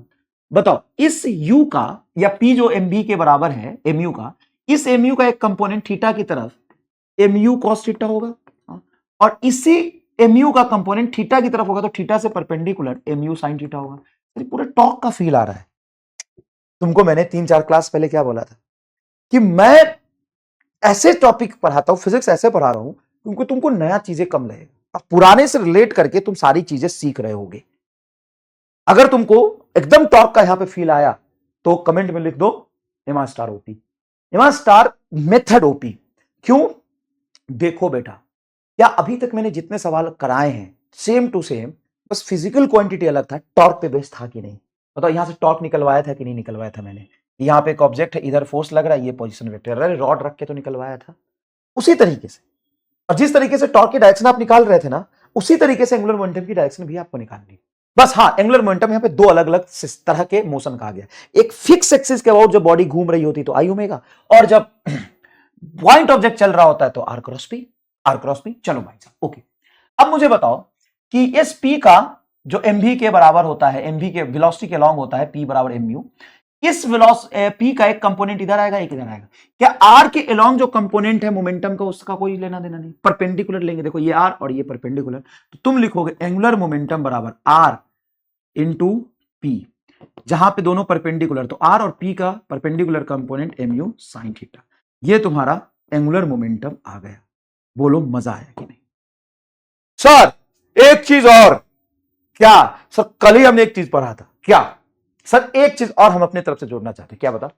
सर जी इसका तो जरूरत ही नहीं था, जो सीधा है उसको तो रहने दो ना, जो टेढ़ा है उसका कंपोनेंट लो, आओ सीखो, मजा आ जाएगा। तुम कह रहे हो कि सर ये मान लो पोजीशन वेक्टर है और यहां पे ऑब्जेक्ट का रेफरेंस से हमने पोजीशन वेक्टर लिया और इसकी मोमेंटम इधर है m इंटू यू वेक्टर, जिधर वेलोसिटी उधर ही मोमेंटम होता है। तो जो x में उसको तो रहने दीजिए ना गुरुजी। अगर ये एंगल थीटा बना रहा है तो ऐसे समझो कि इस r का इसी लाइन में कंपोनेंट होगा r cos थीटा, होगा कि नहीं? हाँ होगा। और इसी r का इधर वाला कंपोनेंट होगा r sin थीटा, होगा कि नहीं होगा? हाँ सर होगा। तो एक बात बताओ, ये x वाला और ये r जो टेढ़ा था उसका दो कंपोनेंट, ये मेरे काम का नहीं है, ये मेरे y एक्सिस वाला और ये x एक्सिस वाला मल्टीप्लाई कर दो, तो angular momentum r sin theta into M U. बताओ आंसर क्या है? r mu sin थीटा, यहां देखो r mu sin थीटा। बोलो सर फिर से हमारा एक ही नारा, जो सीधा है उसको रहने दो, जो टेढ़ा है उसको तो टेढ़े को तो तोड़ना ही पड़ता है, जो सीधा है उसको रहने दो, जो टेढ़ा है उसको तोड़ो और परपेंडिकुलर मल्टीप्लाई कर दो आर और पी का कंपोनेंट। आर और पी जो परपेंडिकुलर जा रहा है उसको मल्टीप्लाई कर दो। तो आज तो नया कुछ पढ़ ही नहीं रहा सर जी। देखिए अभी तो और तुमको लगेगा आसान। सुन, अब नहीं पीछे चलता हूं। देख तो नहीं लिया? अच्छा देख लिया तो इग्नोर कर। एक बात बताओ, अगर मैं तुमसे बोलूं कि मैंने एंगुलर मोमेंटम दो तरह के मोशन का तुमको बताया, तुम मुझे एक चीज बताओ सर, क्या किस तरह के सवाल और फ्रेम किए जा सकते हैं? तो तेरे मन में नेचुरली आया कि नहीं आया, सर एल बराबर आर क्रॉस पी पर एक सिंपल सवाल पूछा जा सकता है जिसमें आर को वेक्टर फॉर्म में दे दे, पी को वेक्टर फॉर्म में दे दे, क्रॉस प्रोडक्ट करके एल निकालना हो, जैसे हमने टॉर्क में पढ़ा था R cross P, sorry R cross F. बता ये सवाल बन सकता है कि नहीं? सर बन सकता है बिल्कुल, और ऐसा नीट में आता है। अभी ईयर फिर से चाचा नाराज हो गए, ईयर नहीं लिखा है, इसमें ईयर भी आता। सवाल देखिए क्या कह रहा है, ये सिंपल कह रहा है position vector of the particle is given as this and momentum is this, that angular momentum is perpendicular to. पहले एंगुलर मोमेंटम निकालोगे तब तो देखोगे कहां के परपेंडिकुलर है। बताओ सर, जैसे हमने क्रॉस प्रोडक्ट सीखा था उसी तरीके से यहां पे करना। और बेसिक मैथ में वेक्टर जब पढ़ाया था तो भी मैंने तुमको ये कराया हुआ है। आर क्रॉस पी मतलब आई जे के, पहले आर का लेंगे 1 2 -1, देखो 1 2 -1 और ये आएगा 3 4 -2, 3 4 -2 अच्छा बता, तूने जितना उम्मीद किया था उससे आसान बना के मैंने इस चैप्टर को पढ़ा दिया कि नहीं? आसान कितना तुमको एकदम आसान नहीं लग रहा? पिछले क्लास से रिलेट करके बता। आई को बाहर निकाल तो बता 2 2 -4, 2 2 -4, हाँ अब यहां पे माइनस लिखेगा फॉर्मूले का, 4 गुना 1 -4 तो ये +4 आ जाएगा, प्लस के सॉरी जे, आई के बाद जे, जे जब लोगे तो ये जे आगे से लेते हैं, ये आई को हमने लिया था तो जे से शुरू किया, जे को लेंगे तो के से शुरू करेंगे, ये -1 3 तो ये हो जाएगा -3 माइनस फॉर्मूले का माइनस माइनस +2, +2 कैसे? 2 गुना 1 -2 आएगा, हाँ और माइनस फॉर्मूले का होता है, प्लस आई जे आ गया के कैप, तो के कैप लोगे तो क्या आएगा? के कैप लोगे ये के लोगे तो के के बाद आई आता है ये 4 -3 दूना 6, तो -4 +4 ये हो जाएगा 0 और ये -3 2 तो माइनस जे कैप और 4 -6 जाएगा -2 के कैप, मतलब ये जे के प्लेन में आ गया एंगुलर मोमेंटम। तो एंगुलर मोमेंटम किधर है? जे के में, मतलब जे और के आई के तो परपेंडिकुलर हो गया, तो एक्स एक्सिस के परपेंडिकुलर होगा एंगुलर मोमेंटम, खत्म। ये तो है। अब थोड़ा रुक के सोच एक्स एक्सिस के परपेंडिकुलर है कि नहीं है। नेक्स्ट देखिए, object is moving along x axis on a straight line parallel to x axis, then its angular momentum about origin will be। मतलब अभी रुकिए, इस सवाल आप अटेम्प्ट नहीं करिएगा, पहले सुनिए मैं क्या कह रहा हूं। एक ऑब्जेक्ट है m मास का, v इस वेलोसिटी से इस स्ट्रेट लाइन पे चलता हुआ जा रहा है, अभी यहां है, थोड़ी देर बाद यहां जाएगा, थोड़ी देर बाद यहां जाएगा, थोड़ी देर बाद यहां जाएगा, ठीक है। अभी इस लाइन का लेंथ है b, मतलब इस पॉइंट का कोऑर्डिनेट है 0, b और ये चलते अभी यहां पर है, चलते चलते जब यहां पहुंचा तो इस पॉइंट का कोऑर्डिनेट मान लीजिए a, b हो गया, मतलब y तो फिक्स है, x में आगे जा रहा है तो मान लो a तक गया, जब यहां पहुंचा तो मान लो c, b हो गया और इस लाइन पे चलता जा रहा है। अब जैसे से x में जाएगा तुम ओरिजिन के रिस्पेक्ट में बैठ के देखोगे तो पोजीशन वेक्टर अभी तो इसका ये होगा, बाद में ये होगा, बाद में ये होगा, ठीक है। तो इसका एंगुलर मोमेंटम तीनों पोजीशन पे निकाल के कंपेयर करो कि टाइम के साथ इसका एंगुलर मोमेंटम बढ़ रहा है कि घट रहा है। स्पीड सर, स्पीड कांस्टेंट है, u से चल रहा है। अब स्क्रीन पॉज करके एक बार ट्राई करो, सवाल फिर से बताता हूं। Object is moving along X axis on the straight line parallel to X axis, then its angular momentum about origin will be. Origin के रिस्पेक्ट में इसका एंगुलर मोमेंटम क्या होगा? स्क्रीन पॉज करके ट्राई करिए, पॉज करिए, स्क्रीन पॉज करिए, रोक दीजिए, स्क्रीन रोक दीजिए, ट्राई करिए, सुनिए। तो सवाल कुछ यूं है, सवाल कुछ यूं है कि एक ऑब्जेक्ट अभी वाईएथ कोऑर्डिनेट पर है, जिसका वाईएथ कोऑर्डिनेट है बी और वाई एक्सिस पर एक्स कोऑर्डिनेट का वैल्यू क्या होता है? 0, मतलब ये लेंथ है तुम्हारा बी और ये है तुम्हारा ओरिजिन 0, 0। इस ऑब्जेक्ट का एक्स एक्सिस में वेलोसिटी तुमको दिया हुआ है u, इसका एंगुलर मोमेंटम लिखना है 0, 0 के रिस्पेक्ट में। कैसे लिखोगे एंगुलर मोमेंटम? कैसे लिखोगे एंगुलर मोमेंटम? तो एंगुलर मोमेंटम लिखोगे सबसे पहले पोजीशन वेक्टर देखो, तो इस पॉइंट पे पोजीशन वेक्टर तुम्हारा b नहीं हो गया? हाँ सर b हो गया, किधर है वो सर? y एक्सिस में, और वेलोसिटी किधर है सर? x एक्सिस में, तो m इंटू यू, ये आ गया एंगुलर मोमेंटम। ये तो यही सवाल हो गया। अब इसको तुम ना बहुत हेवी सवाल समझे होगे, ये तो ये सवाल हो गया। एक मास का ऑब्जेक्ट, पोजीशन वेक्टर है मान लो b, तो b इंटू एम यू, देखो मोमेंटम एम भी लिखा था मैंने इस पार्टिकल का, देखो M B 6, M B B मान ले तुम, वो माइनस के कैप डायरेक्शन की वजह से है, वो भी मैं उस पर भी सब आता हूं, पता। हाँ सर ठीक है, ये तो यहां आ गया, जब पार्टिकल यहां पहुंचा तो मान ले पार्टिकल यहां पहुंचा, ठीक है। अब पार्टिकल यहां पहुंचा, उसके लीनियर मोमेंटम की डायरेक्शन तो एक्स एक्सिस में है। हाँ सर, लीनियर मोमेंटम p बराबर mu एक्स एक्सिस में। अब जो सीधा है उसको तो रहने दे, सीधा कौन है सर, मोमेंटम, रहने दे। इस r का दो कंपोनेंट होगा। हाँ सर, दो कंपोनेंट होगा। मान ले जो भी r है, इसका एक कंपोनेंट ये होगा rx और इसी का एक कंपोनेंट होगा ry। अब मुझे बस इतना बता दो कि इसका जो x कंपोनेंट होगा ये rx, क्या ये वेलोसिटी के पैरेलल है? हाँ। जो टेरा उसका दो कंपोनेंट, इधर वाले से मतलब नहीं, इधर वाले से मतलब है, और इसकी वैल्यू तो b ही होगी।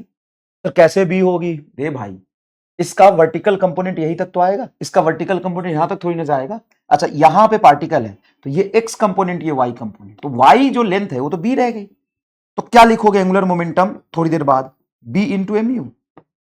अरे इसकी वैल्यू b, y वाला पोजीशन और x वाला मोमेंटम। मान लो पार्टिकल यहां आ गया, यहां पे c b पर है, अभी भी इसका लीनियर मोमेंटम p बराबर mu y के आगे है।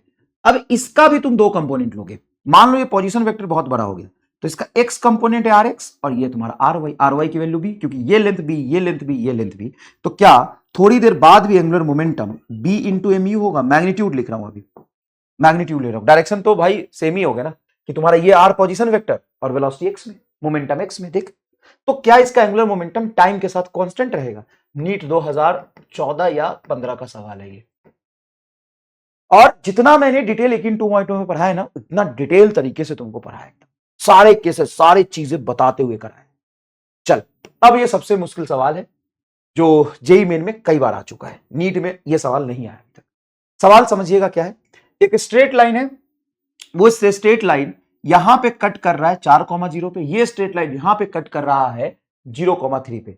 एम मास का ऑब्जेक्ट v वेलोसिटी से इस लाइन पे चल रहा है, तो इसका एंगुलर मोमेंटम ओरिजिन के रिस्पेक्ट में बताइए। देखिए, find angular momentum about origin, origin के रिस्पेक्ट में इसका एंगुलर मोमेंटम बताइए।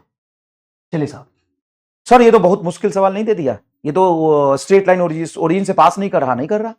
तुमको क्या करना है, जो टेढ़ा उसको तोड़ दे, जो सीधा उसको रहने दे। तो लेकिन कैसे, आप बताता हूं। सबसे पहले ये बताओ, ये तुम्हारा लेंथ कितना होगा? सर ये लेंथ होगा 4x में, y में 0, तो 4 मीटर है सर जी। ओके, और ये लेंथ कितना होगा? सर ये देखो, ये y में 3 है, x में 0, तो ये लेंथ 3 मीटर होगा गुरुजी। तो अगर मैं तुमसे ये एंगल पूछ लूं तो भाई ये तो सिंपल राइट एंगल ट्रायंगल हो गया। ये तुम्हारा है 4, ये तुम्हारा है 3, ये एंगल होगा थीटा। तो बता tan थीटा कितना दिख रहा है? सर परपेंडिकुलर अपॉन बेस, ये परपेंडिकुलर, ये बेस, 3/4। तो क्या थीटा 37 डिग्री आ जाएगा? हाँ सर, थीटा 37 डिग्री आ जाएगा। बताओ कोई दिक्कत? नहीं सर, बड़ा आसान है। tan theta is equal to perpendicular of base, तो 37 आ गया, 37 डिग्री हो गया। चलो अब रुक जाओ, एम मास का ऑब्जेक्ट v से चल रहा है, हाँ चलने दो। अब जब ये ऑब्जेक्ट यहां पहुंचा तो उसकी वेलोसिटी इधर होगी क्या? हाँ सर, इधर ही होगी, इसी लाइन पर चल रहा है। कितने मास का? एम मास का। क्या वेलोसिटी इधर है, तो इसी डायरेक्शन में मैं मोमेंटम को एम बी वेक्टर बोल सकता हूं। अब बताओ इसका मोमेंटम टेढ़ा है कि सीधा है? सर टेढ़ा है। अच्छा, ओरिजिन से इसका position vector, sir position vector को तो ऐसे लोगे आप, ये पोजीशन वेक्टर तो 4 मीटर हो गया। तो क्या ओरिजिन से इस ऑब्जेक्ट का जब ये यहां पहुंचा, सर ऑब्जेक्ट तो यहां है, अरे भाई यहां है, कभी चल के तो यहां पहुंचेगा, जब यहां पहुंच गया तब की बात कर रहा हूं। अच्छा ठीक है सर, तो जब ऑब्जेक्ट यहां पहुंचा तो पोजीशन वेक्टर बता कितना है? सर 4, r बराबर 4। अब इस पोजीशन वेक्टर जो पूरा का पूरा तुम्हारा एक्स एक्सिस में है 4i कैप, हाँ, क्या इस वेलोसिटी का दो कंपोनेंट ले लूं? हाँ ले लूं। ये अगर 37 है तो इधर तुम्हारा वेलोसिटी का कंपोनेंट आएगा v cos 37 और ऊपर की तरफ आएगा v sin 37। ये तुम्हारा r और v एंटी पैरेलल हो गया, ये मेरे काम का नहीं है, ये मेरे काम का है। हाँ सर ये काम का है। तो एंगुलर मोमेंटम एक्स एक्सिस का पोजीशन वेक्टर इंटू मोमेंटम का वो कंपोनेंट जो y में है, m इंटू वी साइन 37। अब देखो ये 4 m v साइन 37 होता है तेरा 3/5, तो 4 3 12, 12 m v बटा 5 तुम्हारा आंसर। यस और नॉट? हाँ सर होगा। सर एक बात बताओ, ये चलते चलते चलते यहां भी तो कभी पहुंचेगा। हाँ, मान लो सर जी यहां पहुंच गया, उस समय अगर एंगुलर मोमेंटम लिखे तो कोई दिक्कत नहीं है। यहां पहुंच गया तो ये वेलोसिटी वेक्टर होगी। हाँ, ये 37 है, मतलब यहां से 37 डिग्री बना रहा है ना, ये एक्स एक्सिस 37 पे लाइन है तो ये 37 बनाएगा। इस v का एक कंपोनेंट ऊपर होगा v साइन 37 और इधर होगा v cos 37। यस और no?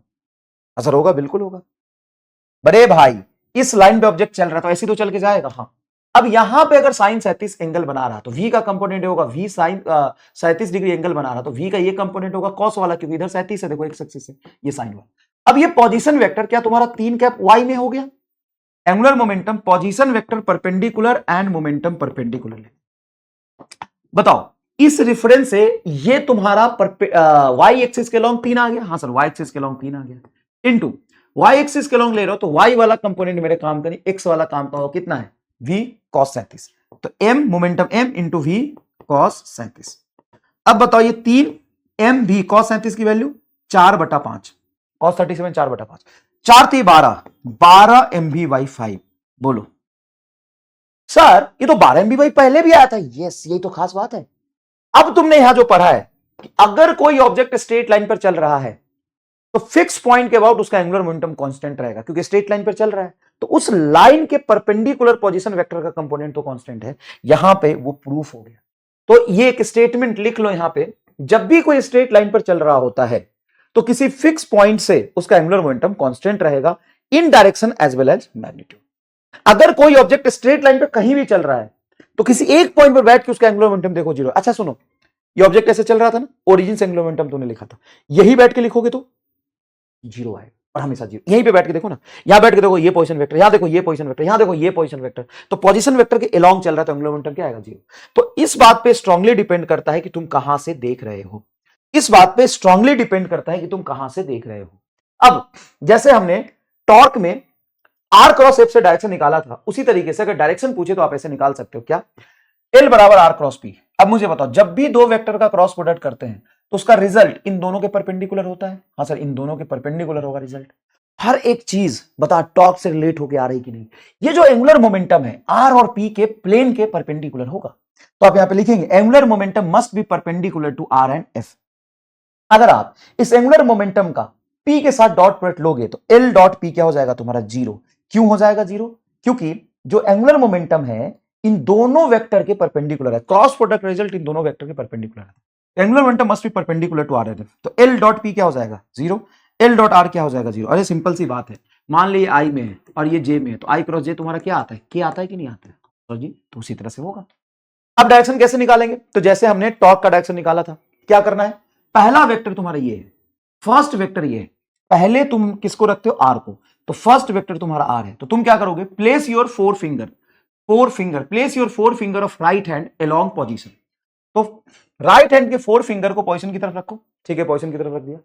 And slap momentum thumb will represent direction of angular momentum, direction will represent angular momentum. जैसे मान लो ये तुम्हारा आर है और ये तुम्हारा पी है, तो एंगुलर मोमेंटम किधर होगा, तो सबसे पहले रेफरेंस से आर की तरफ हाथ रखो, वहां भी आर की तरफ हाथ रखते थे, फोर्स को थप्पड़ मारो तो मोमेंटम को थप्पड़ मारो, थंब कहां जा रहा है बाहर, तो एंगुलर मोमेंटम तुम्हारा आएगा इसका बाहर, खत्म।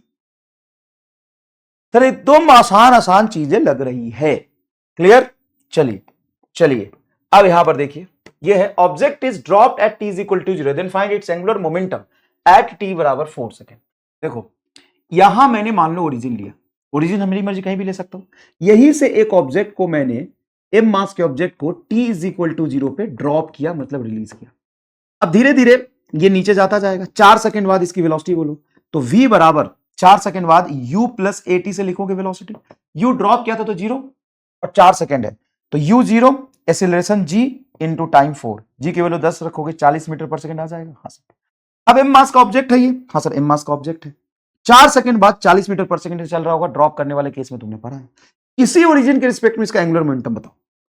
सर एक मिनट, तो हमें ये भी तो देखना पड़ेगा ये पार्टिकल चला कितना दूर है, बताओ पार्टिकल चला कितना दूर, इतना दूर। अब बताओ इसका पोजीशन वेक्टर अगर तुम रेफरेंस पॉइंट से देखोगे तो नीचे ही तो पार्टिकल चल के जा रहा है, और इसकी वेलोसिटी वेक्टर भी नीचे, एंगुलर मोमेंटम क्या हो जाएगा जीरो। अरे जा सर जी, एकदम जा सर जी, मजा आया कि नहीं आया सर, जीरो हो एंगुलर। हाँ तुम यहां से ड्रॉप करके पार्टिकल को देखते रहो तो उसकी पोजीशन वेक्टर इसी लाइन में चल रही है और वेलोसिटी भी इसी लाइन में, तो v और तुम्हारा वेलोसिटी वेक्टर की तरफ मोमेंटम होता है, मोमेंटम और पोजीशन वेक्टर पैरेलल होगा, एंगुलर मोमेंटम जीरो। यहां पर देखो मान लो ये ओरिजिन है, यहां से r बराबर 4 मीटर की डिस्टेंस पर एक ऑब्जेक्ट है, 4 मीटर के डिस्टेंस पर एक ऑब्जेक्ट है, एम मास का ऑब्जेक्ट है, इसको t इज इक्वल टू 0 पे हम क्या कर रहे हैं, रिलीज कर रहे हैं, 4 मीटर की डिस्टेंस पे पहले से ही है। अब इसका 4 मीटर ले लो या 6 मीटर ले लो, कुछ भी ले लो, 6 मीटर की डिस्टेंस पे।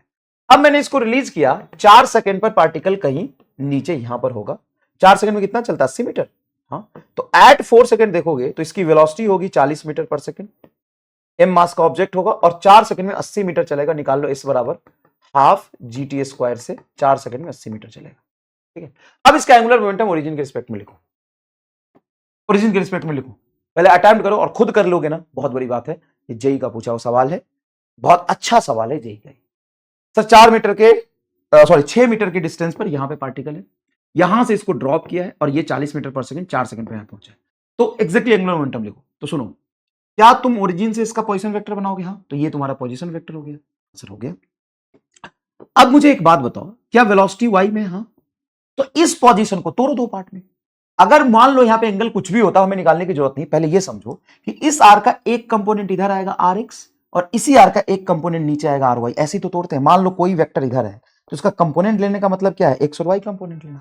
अब मुझे बताओ, आर वाई किधर है? नीचे, और वेलोसिटी किधर है? नीचे। क्या ये दोनों कैंसिल होगा? सॉरी, दोनों कैंसिल नहीं, मतलब ये दोनों पैरेलल हो गए। तो पैरेलल वाला कंपोनेंट हमको नहीं लेना। वेलोसिटी वाला कंपोनेंट तुम वाई में ले रहे हो तो ये एक्स वाला लो। और ये आर एक्स कितना होगा यहां से यहां तक? तो ये आर का कंपोनेंट जो एक्स में होगा वो तो 6 के बराबर है। अरे कंपोनेंट लेने के बाद राइट एंगल ट्रायंगल ही तो बनता है, वेक्टर में सिखाया तुम्हें। तो इसका एंगुलर मोमेंटम होगा एक्स वाला डिस्टेंस एंड वाई वाली वेलोसिटी, दोनों को मल्टीप्लाई। बताओ सर, एकदम इजी हो गया। 100% सेम कंटेंट तुमको पढ़ाया मैंने, जो यकीन में पढ़ा है 100% सेम कंटेंट। एक दो सवाल ही बस छोड़ा होगा। नेक्स्ट देखो, object is projected with speed you.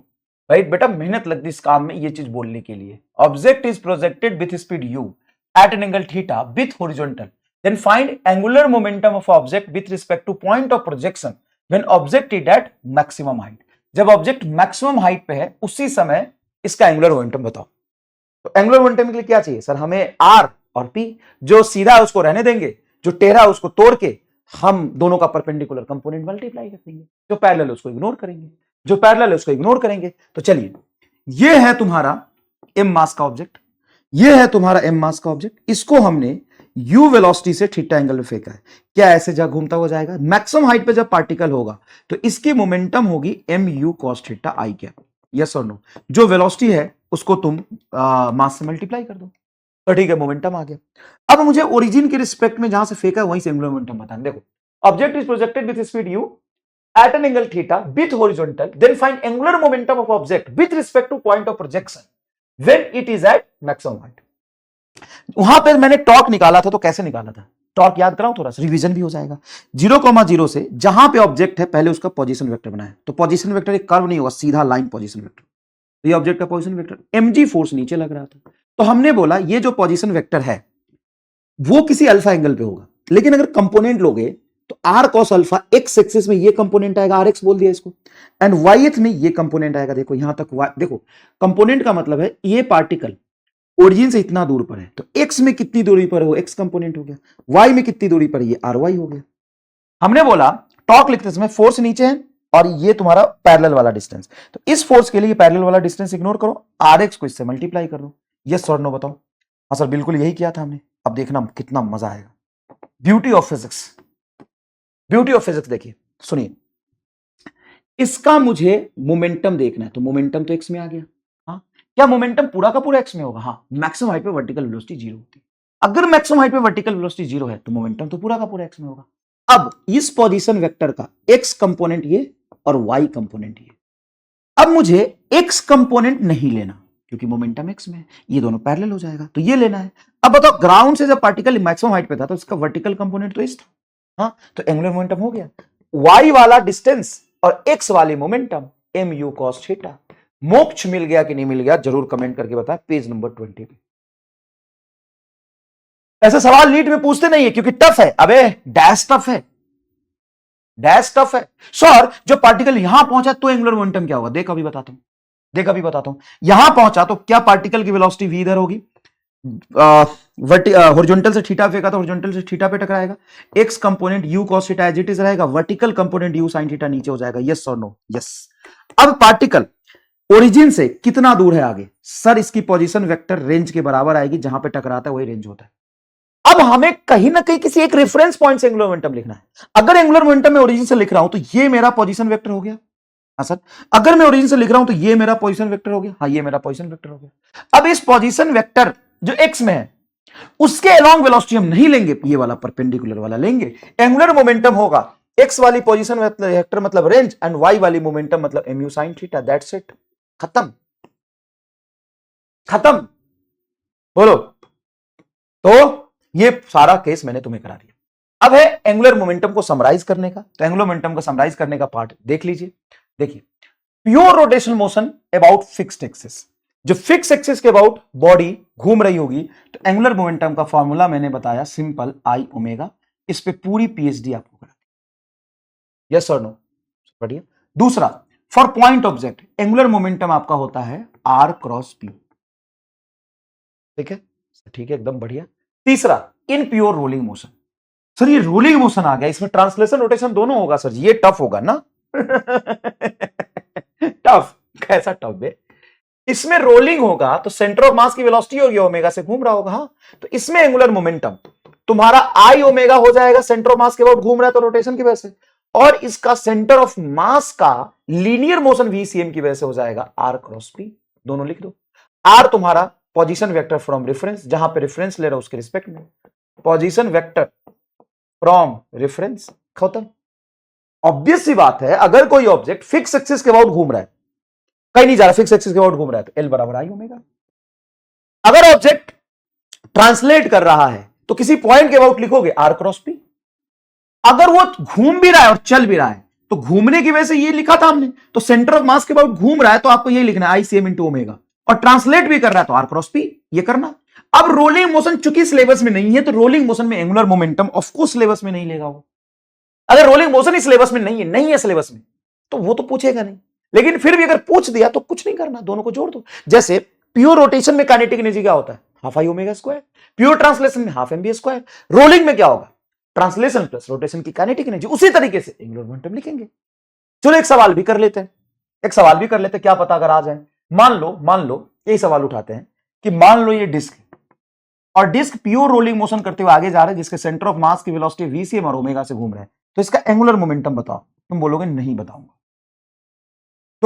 बताऊंगा, अगर मैं बोल दूं कि देख एक एम मास का ऑब्जेक्ट है, सॉरी डिस्क है, एम मास का ऑब्जेक्ट है, आर रेडियस का डिस्क है, वीसीएम से जा रहा है, ओमेगा से घूम रहा है, इसका एंगुलर मोमेंटम बताओ। तुम बोलोगे नहीं बताऊंगा। बताओ क्यों नहीं बताऊंगा? अगर यही सिचुएशन दिया हो तो तुम बोलोगे नहीं बताऊंगा सर जी। मैं बोलूंगा बताना पड़ेगा, तू बोलेगा नहीं बताऊंगा। क्यों नहीं बताएगा? बता। क्योंकि सर आपने यहां पर रेफरेंस कहां बनाया? किस पॉइंट के अबाउट देख रहे हो? एंगुलर मोमेंटम रेफरेंस पर डिपेंड करता है, टॉर्क रेफरेंस पर डिपेंड करता है। और ये बाप रे, सही बोल रहा है ये। तो मान लो मैं ये वाई एक्सिस बोल दूं, ये एक्स एक्सिस बोल दूं, इस ओरिजिन के रिस्पेक्ट में बोल, तो अभी बताओ ऑब्जेक्ट कहां है? बाप रे, ये भी बताना पड़ेगा। मान लो ऑब्जेक्ट ए कॉमा बी पर है। ए कॉमा बी पर कैसे? इसकी अगर रेडियस आर है तो वाई हाइट तो तुम्हारा आर हो गया, तो ये ए कॉमा आर पर है। इसके सेंटर ऑफ मास का कोऑर्डिनेट है ये, कोऑर्डिनेट एट टी। अब तू बोलेगा अब निकाल दूंगा। अब ओरिजिन के रिस्पेक्ट में जब तुम लिखोगे तो इसके प्योर रोटेशन मोशन किसके अबाउट हो रहा है? सेंटर ऑफ मास के अबाउट। तो सीधा आई सी एम इंटू ओमेगा, ये डायरेक्ट सेंटर ऑफ मास के अबाउट घूम रहा है। तो यहां से बैठ के देखो तो भी सेंटर ऑफ मास के अबाउट घूमेगा, कहीं बाहर बैठ के देखो तो भी तो सेंटर ऑफ मास के अबाउट घूम रहा है। तो ये तो सिंपल जिस एक्सिस के अबाउट घूम रहा है उसी का moment of inertia into omega. दूसरा, आर क्रॉस पी। अब आई सी एम इंटू ओमेगा तो एज इट इज रहेगा। आर वेक्टर क्या लोगे?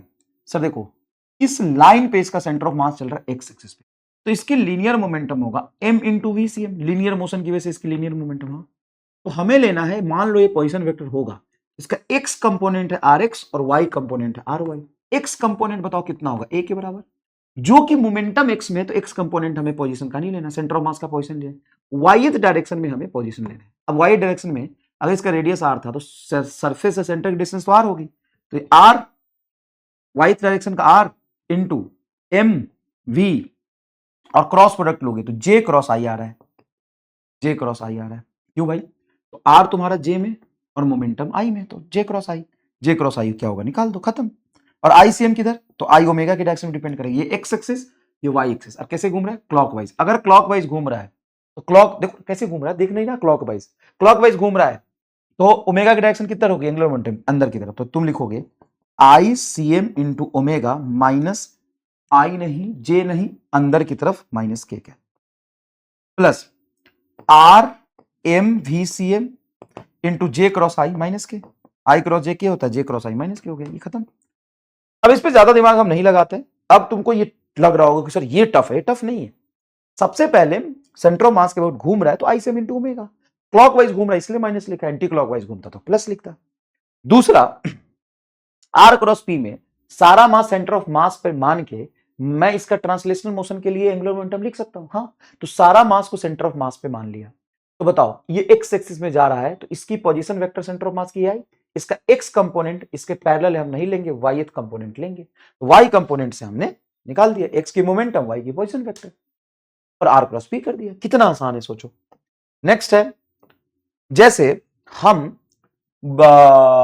मोमेंटम का rate of change in momentum with respect to time हमारा फोर्स होता है, यस और नो, उसी तरीके से टॉर्क होता है तुम्हारा dl by dt, rate of change in angular momentum.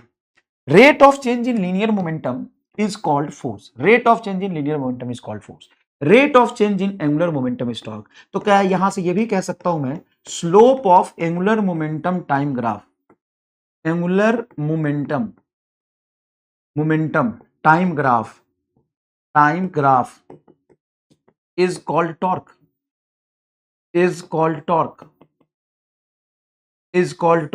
slope of angular momentum time graph is called torque। कैसे, डिफरेंशिएशन मतलब स्लोप, तो slope of angular momentum time graph is called torque, जैसे slope of linear momentum time graph is torque. Sir इस पे ऐसा भी सवाल है एक अच्छा क्वेश्चन फ्रेमिंग में इस पर पूछूं तो कैसे कैसे कर सकते हो सर? सिंपल डिफरेंशिएशन पे एक सवाल नहीं बनता कि आपको कोई चीज दे दे और उसका डिफरेंशिएशन पूछ ले। जैसे मान लो तुमको वेलोसिटी देके एक्सेलरेशन पूछता तो क्या करते हो सर? वेलोसिटी का डिफरेंशिएशन करते हैं। उसी तरीके से अगर मैं क्वेश्चन फ्रेमिंग की बात करूं, कर रहा है, अगर मैं क्वेश्चन फ्रेमिंग की बात करूं तो पहला क्वेश्चन फ्रेमिंग तुम इस पर कैसा बनाओगे? क्वेश्चन फ्रेमिंग कैसा बनाओगे? क्वेश्चन फ्रेमिंग कैसा बनाओगे? तो पहला क्वेश्चन फ्रेमिंग इस पर यही बनेगा, पहला क्वेश्चन फ्रेमिंग इस पर यही बनेगा, तुमसे सिंपल ये पूछेगा कि भैया एक बात बताओ, क्या एंगुलर मोमेंटम मैं दे देता हूं 2t, टॉर्क निकालो। टॉर्क बराबर dl by dt, differentiation based. हाँ सर। दूसरा स्लोप बेस्ड, अगर एंगुलर मोमेंटम टाइम का दो ग्राफ बना दे और टॉर्क पूछे तो slope directly dl by dt torque को रिप्रेजेंट करेगा। हाँ सर। सर तीसरा एक और बन सकता है, तो खुद बता कैसे? दो तो मैंने बता दिया, तीसरा बता, पहला दूसरा तीसरा बता। सर तीसरा ये नहीं बन सकता है कि टाउ इंटू डी टी का integration change in angular momentum बताएगा, मतलब total change in angular momentum is integration of torque into D T. भाई यहां से देखना, डी टी को यहां ले जाएगा तो एफ डॉट डी टी बराबर होता है डीपी, दोनों तरफ इंटीग्रेट कर दे तो चेंज इन मोमेंटम बराबर होता है integration of F dot D T. Yes और नो? सर बिल्कुल सही बात आपने बोला है। उसी तरीके से आप यहां पे कर सकते हैं। बताइए सेम उसी पैटर्न पे ये आ जाएगा कि नहीं आ जाएगा? सर सेम उसी पैटर्न पे ये हम निकाल सकते हैं। बताइए। अब भाई इस पे इतना टाइम नहीं लगाते हैं क्योंकि इस पर आज तक सवाल नहीं आया सर, कभी नहीं आया, एंगुलर मोमेंटम टाइम ग्राफ देखे कभी नहीं है। अच्छा इस पे एक और चीज यहां पे समझ सकते हैं आप, एक और चीज समझ सकते हैं। आपसे ये भी तो बोल रहा था कंजर्वेशन ऑफ लीनियर मोमेंटम, कि मान लो किसी बॉडी पर फोर्स 0 लग रहा है तो डीएल बाई डी टी क्या हो जाएगा sir? 0, sorry DP by D T, force 0 लग रहा है तो डीपी बाई डी टी को फोर्स कहते हैं, फोर्स 0 तो डीपी बाई डी टी क्या हो जाएगा? 0, मतलब पी कंजर्व, मतलब लीनियर मोमेंटम क्या हो? कंजर्व। अगर फोर्स 0 तो लीनियर मोमेंटम कंजर्व। यस और नो? हाँ सर। उसी तरीके से मैं यहां कह सकता हूं कि इफ टॉर्क इज 0 तो टॉर्क 0 होने से क्या 0 होगा? डीएल बाई डी टी 0 होगा, तो एंगुलर मोमेंटम कांस्टेंट होगा। और एंगुलर मोमेंटम कंजर्व रखने के लिए आपको टॉर्क 0 देखना है, और टॉर्क 0 देखने का मतलब ये नहीं होता कि फोर्स 0। तो कैसे नहीं? कई बार फोर्स लग रहा होता लेकिन उसका टॉर्क नहीं लगता। तो देखो कंजर्वेशन ऑफ एंगुलर मोमेंटम जो सबसे मेन टॉपिक है, सवाल यही से आता है। तो सर अभी हमने मोमेंटम लिखना सीखा, एंगुलर मोमेंटम लिखना सीखा, वो देखो एंगुलर मोमेंटम जो लिखना सीखा उससे भी डायरेक्ट सवाल बनते हैं, ऐसा नहीं कि उससे सवाल नहीं बनते। लेकिन एंगुलर मोमेंटम लिखने के बाद कंजर्वेशन ऑफ एंगुलर मोमेंटम से ही सबसे ज्यादा सवाल बनते हैं। तो कंजर्वेशन ऑफ एंगुलर मोमेंटम करते समय आपको एंगुलर मोमेंटम लिखना तो आना चाहिए। आप 10 सवाल देखोगे नीट का ना, उसमें से 7 सवाल में से, मतलब 10 सवाल तुम नीट का देखो एंगुलर मोमेंटम पे, तो 7 से 8 सवाल में एंगुलर मोमेंटम कंजर्वेशन के सवाल है। तो एंगुलर मोमेंटम लिखना नहीं सीखोगे तो कंजर्वेशन ऑफ एंगुलर मोमेंटम नहीं कर पाओगे, इसलिए वो सिखाया। लेकिन मेन टॉपिक आपका यही है, कंजर्वेशन ऑफ एंगुलर मोमेंटम। अब बताइए कि if net torque on the body is zero, net torque on the body zero, then net angular momentum, net या simple net torque is zero, then angular momentum of the body will conserve मतलब same रहना, किसका? Body का angular momentum. तो किसी भी body पे अगर टॉर्क जीरो लग रहा है तो नेट मोमेंटम उसका क्या रहेगा? कंजर्व रहेगा, मतलब नेट मोमेंटम सेम रहेगा। टॉर्क जीरो लगना मतलब फोर्स जीरो लगना, तो फोर्स जीरो लगा तभी तो टॉर्क जीरो लगा, जरूरी नहीं है। कई बार ऐसा होता है ना, सिस्टम पे फोर्स लग रहा होता है लेकिन उस फोर्स की वजह से टॉर्क नहीं लगता है, क्योंकि एक्सिस ऑफ रोटेशन पे फोर्स लग रहा है। अरे भाई मेरे, सिंपल सी बात है, अगर फोर्स तुम्हारा एक्सिस ऑफ रोटेशन पे लग रहा हो तो उसका टॉर्क क्या होगा? सब जीरो हो जाएगा। तो हो सकता है कि फोर्स लग रहा हो, तो फोर्स से कोई रिलेशन नहीं है। कई बार बच्चे कंफ्यूज हो जाते हैं कि सर फोर्स जीरो है तो एंगुलर मोमेंटम कंजर्व रहेगा। नहीं, एंगुलर मोमेंटम कंजर्व रखने के लिए टॉर्क जीरो, जैसे तुम लीनियर मोमेंटम कंजर्व रखने के लिए फोर्स जीरो करते हो, एंगुलर मोमेंटम कंजर्व रखने के लिए टॉर्क जीरो। बड़ा सिंपल है। If net force is zero on the body का momentum conserve, net force zero on the system का momentum conserve, net torque on the body zero, तो देन बॉडी का angular momentum conserve. Simple सी कहानी है। अच्छा, इसी में अगर मैं ये लिखूं, if net torque on the system is zero, net torque on the system is zero, then angular momentum of the system is conserved, angular momentum of the system is conserved, angular momentum of the system is conserved. कभी भी angular momentum conservation का लेना देना force से नहीं है, linear momentum conservation का लेना देना फोर्स से है, एंगुलर मोमेंटम कंजर्वेशन का लेना देना टॉर्क से। कई बार ऐसा हो सकता है कि दो बॉडी है, दोनों बॉडी को आपने सिस्टम मान लिया, तो एक दूसरे पे इंटरनल टॉर्क लगा रहेंगे लेकिन बाहर से कोई टॉर्क नहीं लगा, the net torque on the system पे जीरो लग रहा है, तो सिस्टम की टोटल मोमेंटम क्या रहेगी? कंजर्व रहेगी। चलिए इसके दो तीन एग्जांपल फील के साथ करते हैं। फील के साथ एग्जांपल कैसा? पहला एग्जांपल एकदम फील के साथ समझिए। पहला एग्जांपल, आप खड़े हो जाइए। अरे यार हम पे क्यों आते हो बार बार? नहीं, खड़े हो जाइए, खड़ा होना है सबको, खड़े हो जाइए, सब लोग खड़े हो जाइए प्लीज। जहां पढ़ रहे हैं, लाइब्रेरी में पढ़ रहे हैं, घर पे पढ़ रहे हैं, आधी रात को पढ़ रहे हैं, सुबह पढ़ रहे हैं, चद्दर में घुस के पढ़ रहे हैं, खड़े हो जाइए सभी लोग प्लीज। हाथ जोड़ रहा हूं तेरे सामने, रिक्वेस्ट कर रहा हूं भाई, मेरे कंसेप्ट समझना है तो खड़े हो जाए। ठीक है, खड़े हो गए, खड़े हो जाइए, अपने हाथ को ऐसे कर लीजिए। ठीक है, हाथ को भी ऐसे कर लिया। अब ऐसे ऐसे धीरे धीरे घूमिए, कोई दिक्कत नहीं, धीरे धीरे घूमिए, ज्यादा तेज नहीं, धीरे धीरे घूमिए। और ऐसे घूमते घूमते घूमते घूमते घूमते घूमते घूमते घूमते हाथ को खोल लीजिए। अब आपने जब हाथ खोला तो क्या महसूस किया? कमेंट में बताइए। सर एक तो चक्कर आ गया, चक्कर के अलावा जैसे तुमने हाथ को खोला, मतलब वर्टिकल से हॉरिजॉन्टल किया, तभी तुम्हारा अपने आप एंगुलर स्पीड कम हो गया। तूने अपने पैर को नहीं रोका लेकिन एंगुलर स्पीड अपने आप कम हो गई। नहीं नोटिस किया? कोई बात नहीं। अब हाथ ऐसे रखो, घूमो, हाथ ऐसे रख के घूमो। सर घूम रहे सर जी, घूम रहे, घूमो घूमो घूमो घूमो घूमो। अब अचानक से हाथ को ऊपर उठा लो, तो तुमने महसूस किया होगा कि तुम पर कोई जबरदस्ती ऐसे एक एक्स्ट्रा टॉर्क लगा के एंगुलर स्पीड तुम्हारा बढ़ा दी। देखना, ऐसे घूम, ऐसे ऐसे घूम घूम, और घूमते घूमते घूमते घूमते अचानक से अपने हाथ को ऊपर कर लिया, तो तुमने महसूस किया तुम्हारा ओमेगा बढ़ गया। फिर ये कैसे हो रहा है सर जी? बता, हो रहा है कि नहीं हो रहा है? बता। तो सुन, होता क्या है, कोई भी बॉडी अगर फिक्स एक्सिस के अबाउट घूम रही है, fixed axis rotation about fix axis, rotation about fix axis, अगर फिक्स एक्सिस के अबाउट रोटेशन हो रहा है, ठीक है ना, फिक्स एक्सिस के अबाउट रोटेशन हो रहा है, तो उसके एंगुलर मोमेंटम को क्या लिखते हैं? आई ओमेगा। अब मैं कह रहा हूं कि इफ टॉर्क इज जीरो, तो आई कंजर्व होगा, ओमेगा कंजर्व होगा कि एंगुलर मोमेंटम कंजर्व होगा? अबे लॉ एंगुलर मोमेंटम का है। अगर टॉर्क जीरो है, एंगुलर मोमेंटम आई ओमेगा बराबर कांस्टेंट, मतलब सीधी सी बात है कि आई ओमेगा का प्रोडक्ट कांस्टेंट, तो आई ओमेगा अगर तुम्हारा कांस्टेंट है तो आई बढ़ेगा तो ओमेगा घटेगा। और आई क्या होता है sir? Moment of inertia. Moment of inertia axis से मास जितना दूर होता है, मोमेंट ऑफ इनर्शिया ज्यादा होता है। तो सिंपल सी बात है, मैं ऐसे घूम रहा था तो ये मेरा एक्सिस ऑफ रोटेशन, इसके अबाउट में घूम रहा हूं, ये एक्सिस ऑफ रोटेशन, तो अभी मोमेंट ऑफ इनर्शिया क्या है? कम है। अब मैंने बिना किसी एक्सटर्नल टॉर्क के, किसी ने मेरे पे पत्थर नहीं मारा, किसी ने डंडा नहीं मारा, मैंने खुद से अपने हाथ को ऐसे किया, बाहर से तो मेरी बॉडी पे फोर्स नहीं लगा, नहीं, खुद से ऐसे किया तो मेरा मोमेंट ऑफ इनर्शिया बढ़ गया, ओमेगा घट गया। और मान ले तू ऐसे से घूम रहा है और अचानक से उन्हें ऐसे कर लिया तो मोमेंट ऑफ इनर्शिया घटा तो ओमेगा बढ़ जाएगा। आई ओमेगा अगर मोमेंट ऑफ इनर्शिया घटा तो ओमेगा बढ़ जाएगा, क्योंकि एल बराबर आई ओमेगा एंगुलर मोमेंटम है। कंजर्वेशन का लॉ किसका होता है? एंगुलर मोमेंटम का। सर मजा आ गया मास्टर, यस यस। अभी देख ये डांसिंग गर्ल ये रहा तुम्हारा, और ये कंसेप्ट ये सवाल है, सवाल है।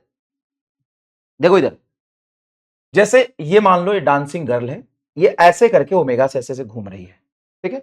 अचानक से इसने हैंड ओपन कर लिया, हैंड ओपन कर लिया, तो हैंड ओपन करने के बाद इसकी एंगुलर स्पीड पे क्या फर्क पड़ेगा आप खुद ही सोचिए। हैंड ओपन कर लिया तो बाह फैला दिया तो मोमेंट ऑफ इनर्शिया इसका बढ़ गया तो ओमेगा घट जाएगा। कंजर्व तुम्हारा एंगुलर मोमेंटम होता है, आई और ओमेगा का कोई रिलेशन नहीं है कि आई कंजर्व होगा कि ओमेगा कंजर्व होगा, एल कंजर्व होता है और फिक्स एक्सिस के अबाउट एल बराबर आई ओमेगा। इसी पर एक सवाल देखिए, मान लीजिए कि गर्मी बहुत पड़ रही है, गर्मी की वजह से अर्थ के ऊपर पोल पर जो आइस है, आइस का लेयर है, वो पिघल के नीचे जाने लगा, पिघल के नीचे जाने लगा। तो किसी टॉर्क तो नहीं लगा? नहीं, टॉर्क तो जीरो है, अपने आप आइस पिघला। टेम्परेचर बढ़ने से, टेम्परेचर इंक्रीज करने से आइस मेल्ट हो गया, तो पोल पर जो आइस मेल्ट है वो मेल्ट करके सरफेस पर फैल गया। तो मान लो आइस का लेयर ये है, ये है पहले आइस का लेयर, समझो ये है पहले, ये घूमने की वजह से ब्लूटिंग हो गया यार, ये है आइस का लेयर, समझो ठीक है सर जी, आइस का लेयर है। अब अचानक से आइस का लेयर इस एक्सिस पर पोल पर सबसे ज्यादा होता है, अगर ये मेल्ट करके सरफेस की तरफ आ गया तो मुझे बस इतना बताओ कि अगर ये दूर जाएगा तो मोमेंट ऑफ इनर्शिया क्या होगी? तो एक्सिस ऑफ रोटेशन से दूर गया तो moment of inertia increase, moment of inertia increase तो ओमेगा डिक्रीज, तो अर्थ की एंगुलर स्पीड घट जाएगी। थ्योरेटिकली इतना फर्क नहीं पड़ता, वैसे आई बढ़ा तो ओमेगा घट जाएगा। से तो बहुत आसान कंसेप्ट है। हाँ, अगर ओमेगा घट गया तो ओमेगा होता है 2π/t, अगर ओमेगा धीरे धीरे घूमेगा तो टाइम पीरियड ज्यादा लगेगा, मतलब दिन रात का ड्यूरेशन बढ़ जाएगा। तो बस हाँ, तो आसान लग लो मास्टर, एकदम आसान है। अब चलो इससे हम एक सवाल करते हैं। सवाल क्या करते हैं? एक सवाल मैंने लिखा है तुम्हारे लिए, ये सवाल लिखा है। पहले इस सवाल को समझो, करने की जल्दीबाजी नहीं, पहले सवाल को समझो। एक सॉलिड स्फीयर जिसका मास m radius r, omega naught से सॉलिड स्फीयर घूम रहा है, इसका रेडियस r मास m, ओमेगा नॉट से घूम रहा है। If diameter of sphere becomes double keeping the mass constant, इसका जो डायमीटर है वो डबल हो गया, डायमीटर डबल होगा मतलब radius double, diameter of the sphere becomes double keeping mass constant, its angular momentum and angular velocity will be। तो ये क्या है, मास कांस्टेंट रख के इसका डायमीटर फैल गया। तो ऐसे कैसे होगा यार? हो सकता है ना, टेम्परेचर बढ़ा दी तो एक्सपेंशन हो गया, है ना, एक्सपेंशन हो गया, मास कांस्टेंट रख के एक्सपेंशन हो गया, मास कांस्टेंट रख के एक्सपेंशन हो गया। अब बताओ, मान लो पहले इसकी रेडियस r थी तो डायमीटर कितना रहा होगा? तो इनिशियल डायमीटर इसका था 2r के, डायमीटर मतलब 2r टाइम्स ऑफ रेडियस। मान लो बाद में इसकी रेडियस r है, तो बाद की डायमीटर क्या होगी? सर बाद की डायमीटर होगी 2r डैश।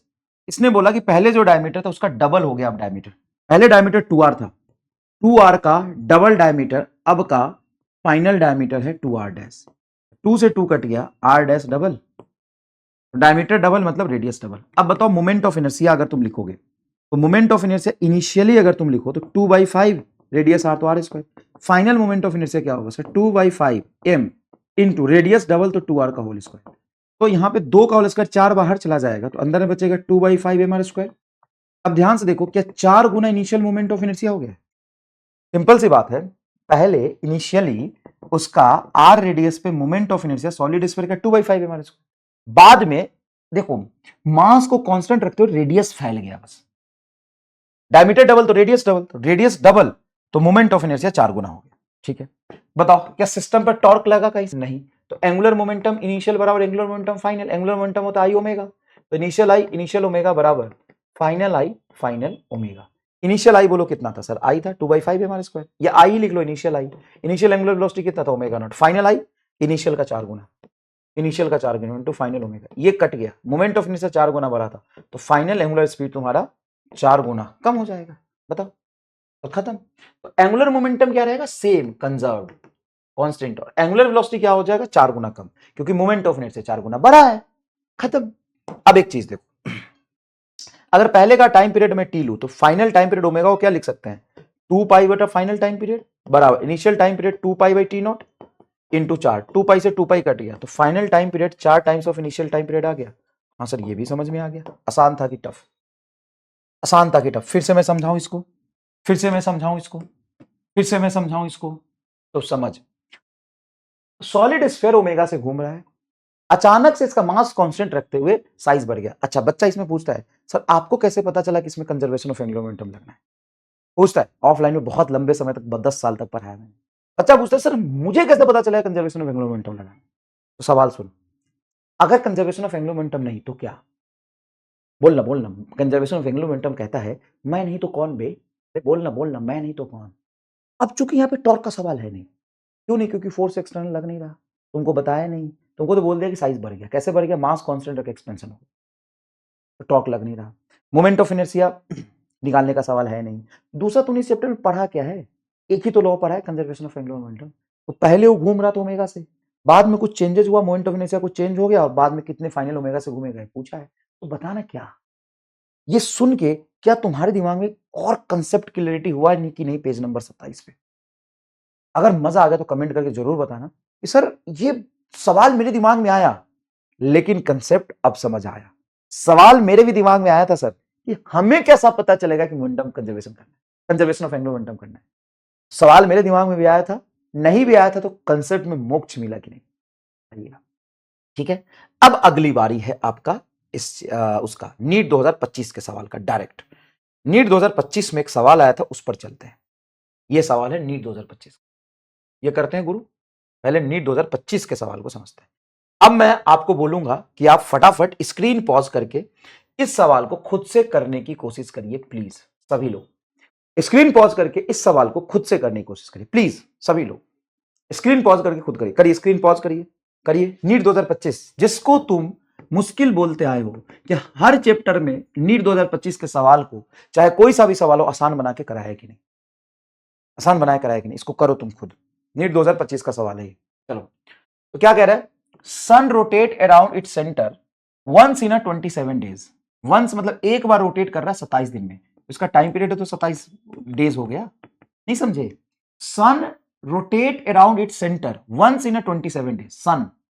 सन अपने सेंटर के अबाउट, सन भाई साहब अपने सेंटर के अबाउट एक बार घूमते हैं। Sun rotates around its centre once in 27 days. What will be the period of revolution if the sun were to expand to twice its present radius? Radius double हुआ, वो तो डायमीटर डबल देके मैं थोड़ा कंफ्यूज भी करने की कोशिश करता। बच्चा सोचता है कि रेडियस का डबल होता है डायमीटर, डायमीटर डबल करेंगे तो रेडियस 4 गुना। बुर्बक है क्या? रेडियस डबल होने पे डायमीटर भी डबल। तो एक्सपैंड कर गया ट्वाइस इट्स प्रेजेंट रेडियस, मतलब इसकी जो रेडियस फाइनल होगी इनिशियल रेडियस का डबल हो गया। Without any external influence, without any external influence, assume the sun to be spherical uniform density. तो क्या बोला? What will be the new time period? हाँ, नया टाइम पीरियड क्या होगा? अब करो स्क्रीन पॉज करके खुद करो। चलो स्क्रीन पॉज करके खुद करो, करो, तुम्हें मजा आ जाएगा। करो, सुनो ध्यान से। क्या एंगुलर मोमेंटम कंजर्व रहेगा? हाँ सर। तो कांस्टेंट रहेगा, तो पहले आई बोलो सर। पहले आई हो जाएगा 2/5 एम आर स्क्वायर, और पहले जो एंगुलर स्पीड होगा उसको हम लिख सकते हैं 2 pi by initial time 27 days, I into omega. मैंने आई लिखा है, सॉलिड स्फीयर का 2/5 वो लिखा है, सॉलिड स्फीयर है, radius solid sphere, sun to be sphere. Sir hollow sphere भी तो हो सकता है, सन हॉलो स्फीयर है तो 2/3 लिख ले, फैक्टर तो वही आएगा। इज इक्वल टू बाद का मोमेंट ऑफ इनर्शिया होगा 2/5 m इंटू 2r का whole square into 2 pi by T dash I omega, omega का square simple I omega. 2/5 m r square से 2/5 m अंदर का r स्क्वायर कैंसिल हो जाएगा, 2 पाई से 2 पाई कैंसिल हो जाएगा। ये तुम्हारा रहा 1/27 इज इक्वल टू 2 का होल स्क्वायर 4/टी डैश। टी डैश हो गया 4 गुना 27 मतलब 108 डेज। 27 का 4 गुना, 25 चौका 100, 4 गुना 108 डेज इज आंसर। बता क्या सवाल था, क्या था? बताना क्या था? तो तुम लल्लू निकला। यस, इसी बात के तो पैसे हैं गुरु। अब चल नेक्स्ट टाइप ऑफ क्वेश्चंस पे चलते हैं। नेक्स्ट टाइप ऑफ क्वेश्चन क्या है? विजिबिलिटी दिख रहा है ना तुम्हें? यहां पे क्या है कि एक डिस्क था, समझो एक डिस्क है, डिस्क का खुद का मास है m और रेडियस है r। डिस्क का खुद का मास है m और रेडियस है r, और ये ओमेगा नॉट से घूम रहा है। देखो इसकी रेडियस r है, परपेंडिकुलर टू प्लेन, मतलब एक्सिस कहां से पास कर रहा है आपको दिख रहा है, एक्सिस परपेंडिकुलर टू प्लेन है, ये ऐसे घूम रहा है। सिंपल सी बात है, ऐसे घूम रहा है। मैं आपको डिस्क लेके दिखा देता हूं, डिस्क लेके दिखा देता हूं। कंजर्वेशन ऑफ एंगुलर मोमेंटम में कैसे सवाल बन सकते हैं उसकी पूरी पीएचडी करके हम समझते हैं। ये ऐसे डिस्क मान लो, गोल मान लो, ऐसे घूम रहा है, ऐसे घूम रहा है, ऐसे घूम रहा है, ये ऐसे घूम रहा है। इसके एंगुलर मोमेंटम लिखना सिखाया था, हाँ सर, आई ओमेगा फिक्स एक्सिस के अबाउट। फिक्स एक्सिस के अबाउट आई ओमेगा। अब इसी में हमने क्या किया, सॉरी, इसी में हमने क्या किया, सारा ध्यान समझाने में होता तो कुछ उलूल जलूल हरकत भी हो जाती है, से घूम रहा है। अब इसमें हमने क्या किया, यहां पे एक पॉइंट मास जेंटली चिपका दिया। तो देखिए 2 पॉइंट मास, अच्छा 2 मास चिपका, चलो 2 mass, 2 point mass attach just opposite point, diametrical opposite point of the disc, then find angular speed of the disc. उसके बाद angular speed of the disc क्या होगा। तो जब मैं इसको जेंटली अटैच कर रहा था ना, तो बाहर से कोई एक्सटर्नल टॉर्क इस पर नहीं लगा है, तो इनिशियल एंगुलर मोमेंटम बराबर फाइनल एंगुलर मोमेंटम होगा। अब इसका इनिशियल एंगुलर मोमेंटम क्या है, तो डिस्क का मोमेंट ऑफ इनर्शिया हो जाएगा mr²/2 सेंट्रल एक्सिस से, डिस्क का moment of inertia passing through centre of mass perpendicular plane mr²/2 into angular speed omega naught. यही तो एंगुलर मोमेंटम तुमको आज ही लिखना सिखाया। देख कितना आसान हो गया। अब देख फाइनल, तो एक मास यहां चिपकाया और एक मास यहां चिपकाया। अब ये सिस्टम मान ले कि ओमेगा से घूमने लग गया चिपकाने के बाद, तो क्या होगा, यही हाथ खोलने वाला सवाल है। अब बताओ, डिस्क का मोमेंट ऑफ इनर्शिया तो mr²/2 ही रहेगा, प्लस ये पॉइंट मास कितने डिस्टेंस पर, r पे, तो आप लिखोगे mr², और ये पॉइंट मास कितने डिस्टेंस पे, r पे, तो तुम लिखोगे mr² इनटू ओमेगा फाइनल। यहां से एक चीज तुम्हारा कॉमन कैंसिल होगा, r² से r² से r² से r², ये बचेगा m ओमेगा नॉट बाई 2, यहां पे हो जाएगा तुम्हारा इज इक्वल टू m/2, दो आइडेंटिकल मास m सेम थे तो 2m इनटू ओमेगा डैश। आप थोड़ा सा और सिंप्लीफाई कर सकते हो क्या, चलो मान लो यहां पे 2 एलसीएम लेते हैं, तो m ओमेगा नॉट बाई 2 बराबर 2 एलसीएम लोगे तो capital M plus 4m into omega dash, 2 से 2 कट गया, ओमेगा डैश आया कैपिटल M ओमेगा नॉट बटा capital M plus 4 times of small m, ये आया। अब तुमको भरोसा नहीं होगा जो मैं अब आगे बोलूंगा, ये नीट के 10 साल में 3 बार पूछा है, सेम सवाल नीट के 10 साल में 3 बार पूछा है। सबसे पहले तो ये कर ले, सबसे पहले तो ये कर ले, एकदम लल्लू सवाल है, इसको करके खत्म कर, ये लल्लू सवाल को करके खत्म कर। रुक जा बेटा, अभी थोड़ा सा रीअरेंज कर लेते हैं स्लाइड को। रीअरेंज स्लाइड को किस लिए कर रहे हैं, थोड़ा सा सवाल, और सारे पीवाईक्यू कराऊंगा गुरु, सारे पीवाईक्यू मतलब सारे पीवाईक्यू कराऊंगा, समझ रहा है, सारे मतलब सारे पीवाईक्यू कराऊंगा तुम, ठीक है। तो थोड़ा सा पेशेंस रख, ये कर ले पहले। ये नीट 2024 का सवाल है, पता नहीं यार ईयर क्यों गायब कर दिया, नीट 2024 का सवाल, ठीक है। सवाल देख क्या कह रहे हैं, A swimmer while jumping into river from the higher easily forms a loop in air। नहीं ये सवाल नहीं है, सॉरी, ये नॉर्मल सवाल है। तो स्विमर जब जंप करता है इन river height easily forms a loop in air if, वो अपने लूप बनाना चाहता है कूद के, जैसे नहीं होता स्विमर कूद के ऐसे गोल घूमना चाहता है, तो इजली लूप कब बना पाएगा, तो वो घूमते हुए लूपिंग करते हुए जाना चाहता है, तो घूमने के लिए मोमेंट ऑफ इनर्शिया कम होना चाहिए, मोमेंट ऑफ इनर्शिया कम होने के लिए वो अपने हाथ पैर को पास ले आता है, he pulls his arms and leg in, पास लाएगा, पास लाएगा तो मोमेंट ऑफ इनर्शिया कम हो जाएगा, तो ओमेगा अच्छे से घूम सकता है। नीट 2024 वाला सवाल ये रहा, सॉरी गाइस, नीट 2024 वाला सवाल ये रहा, ये है सवाल। A ant is sitting at the edge of the rotating disc, देखो एक डिस्क है और डिस्क यहां से अपने एंगुलर स्पीड से रोटेट कर रहा है ओमेगा से, ठीक है। तो देखो डिस्क घूम रहा है, तो ant is sitting at the edge of the rotating disc, edge पे यहां पे एंट बैठी हुई है। If the ant reaches the other end after moving along the diameter then angular velocity of the disc is, ये ant है, एंट का मान लो मास नेग्लिजिबल लेकिन कुछ है, अब जब ये यहां था तो एंगुलर स्पीड ओमेगा था, अब ये एंट भाई साहब डायमीटर के थ्रू चलते चलते चलते ये देखिए एक्सिस ऑफ रोटेशन के पास आ रहे हैं। बताओ मास अगर पास आता तो मोमेंट ऑफ इनर्शिया घटता है, तो जब ये पास जाएगा तो मोमेंट ऑफ इनर्शिया घटेगा, तो तुम्हारा ओमेगा क्या होगा, बढ़ेगा, और जब यही चलते चलते चलते फिर दूर जाने लगेगा और अपोजिट एंड पे जाएगा, देन मोमेंट ऑफ इनर्शिया तुम्हारा बढ़ेगा, तो एंगुलर स्पीड तुम्हारा घटेगा, तो पहले बढ़ेगा बाद में घटेगा, तो फर्स्ट डिक्रीजेस, नहीं फर्स्ट इंक्रीजेस देन डिक्रीजेस। देखो आई तुम्हारा पहले घट रहा है तो ओमेगा बढ़ेगा, ओमेगा पूछा है, एंगुलर वेलोसिटी पूछा है, देखो कितना आसान हो गया, ठीक है। चलो अब ये सवाल है तुम्हारा नीट 2013 का 14 का, 13 का और 14 का सवाल है, ठीक है, 13 और 14 का सवाल है, ये नीट 2013-14 का सवाल है, मल्टीपल टाइम, 17 में भी पूछा है, 17 में, 13 में, 14 में, मल्टीपल टाइम्स मतलब मल्टीपल टाइम्स पूछा है। सवाल तुम पढ़ो और खुद करो भाई, मजा आ जाएगा। रोटेशन जैसे चैप्टर तुम छोड़ने के नाम से जो जाते हो, तुमको मजा आ जाएगा, पढ़ो पढ़ो इसको, पढ़ो आराम से, पहले इसको सवाल को पढ़ो, आराम से पहले सवाल को पढ़ो। क्या कह रहे हैं, thin circular ring of mass m and radius r, चलो रिंग है तो रिंग में तो कोई टेंशन ही नहीं है, रिंग है जिसका मास m है, रेडियस तुम्हारा स्मॉल r है तो स्मॉल r ले लेते हैं। अब ये घूम रहा होगा, rotating about its axis with constant angular velocity omega, constant angular velocity omega से घूम रहा है। Two objects each of mass m are attached dentally in the opposite ends of the diameter of the ring. Then now ring rotate. दो point mass को diameter के about यहां रखा है। डिस्क पे मैंने कराया, ये रिंग पे पूछ रहा है। प्लीज करिए बेटा, मजा आएगा, करिए।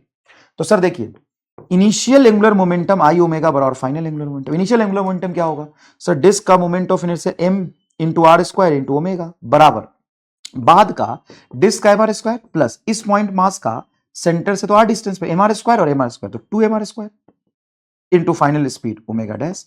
आर स्क्वायर कॉमन हो जाएगा, तो एम कैपिटल एम ओमेगा बराबर capital M plus 2m into omega final.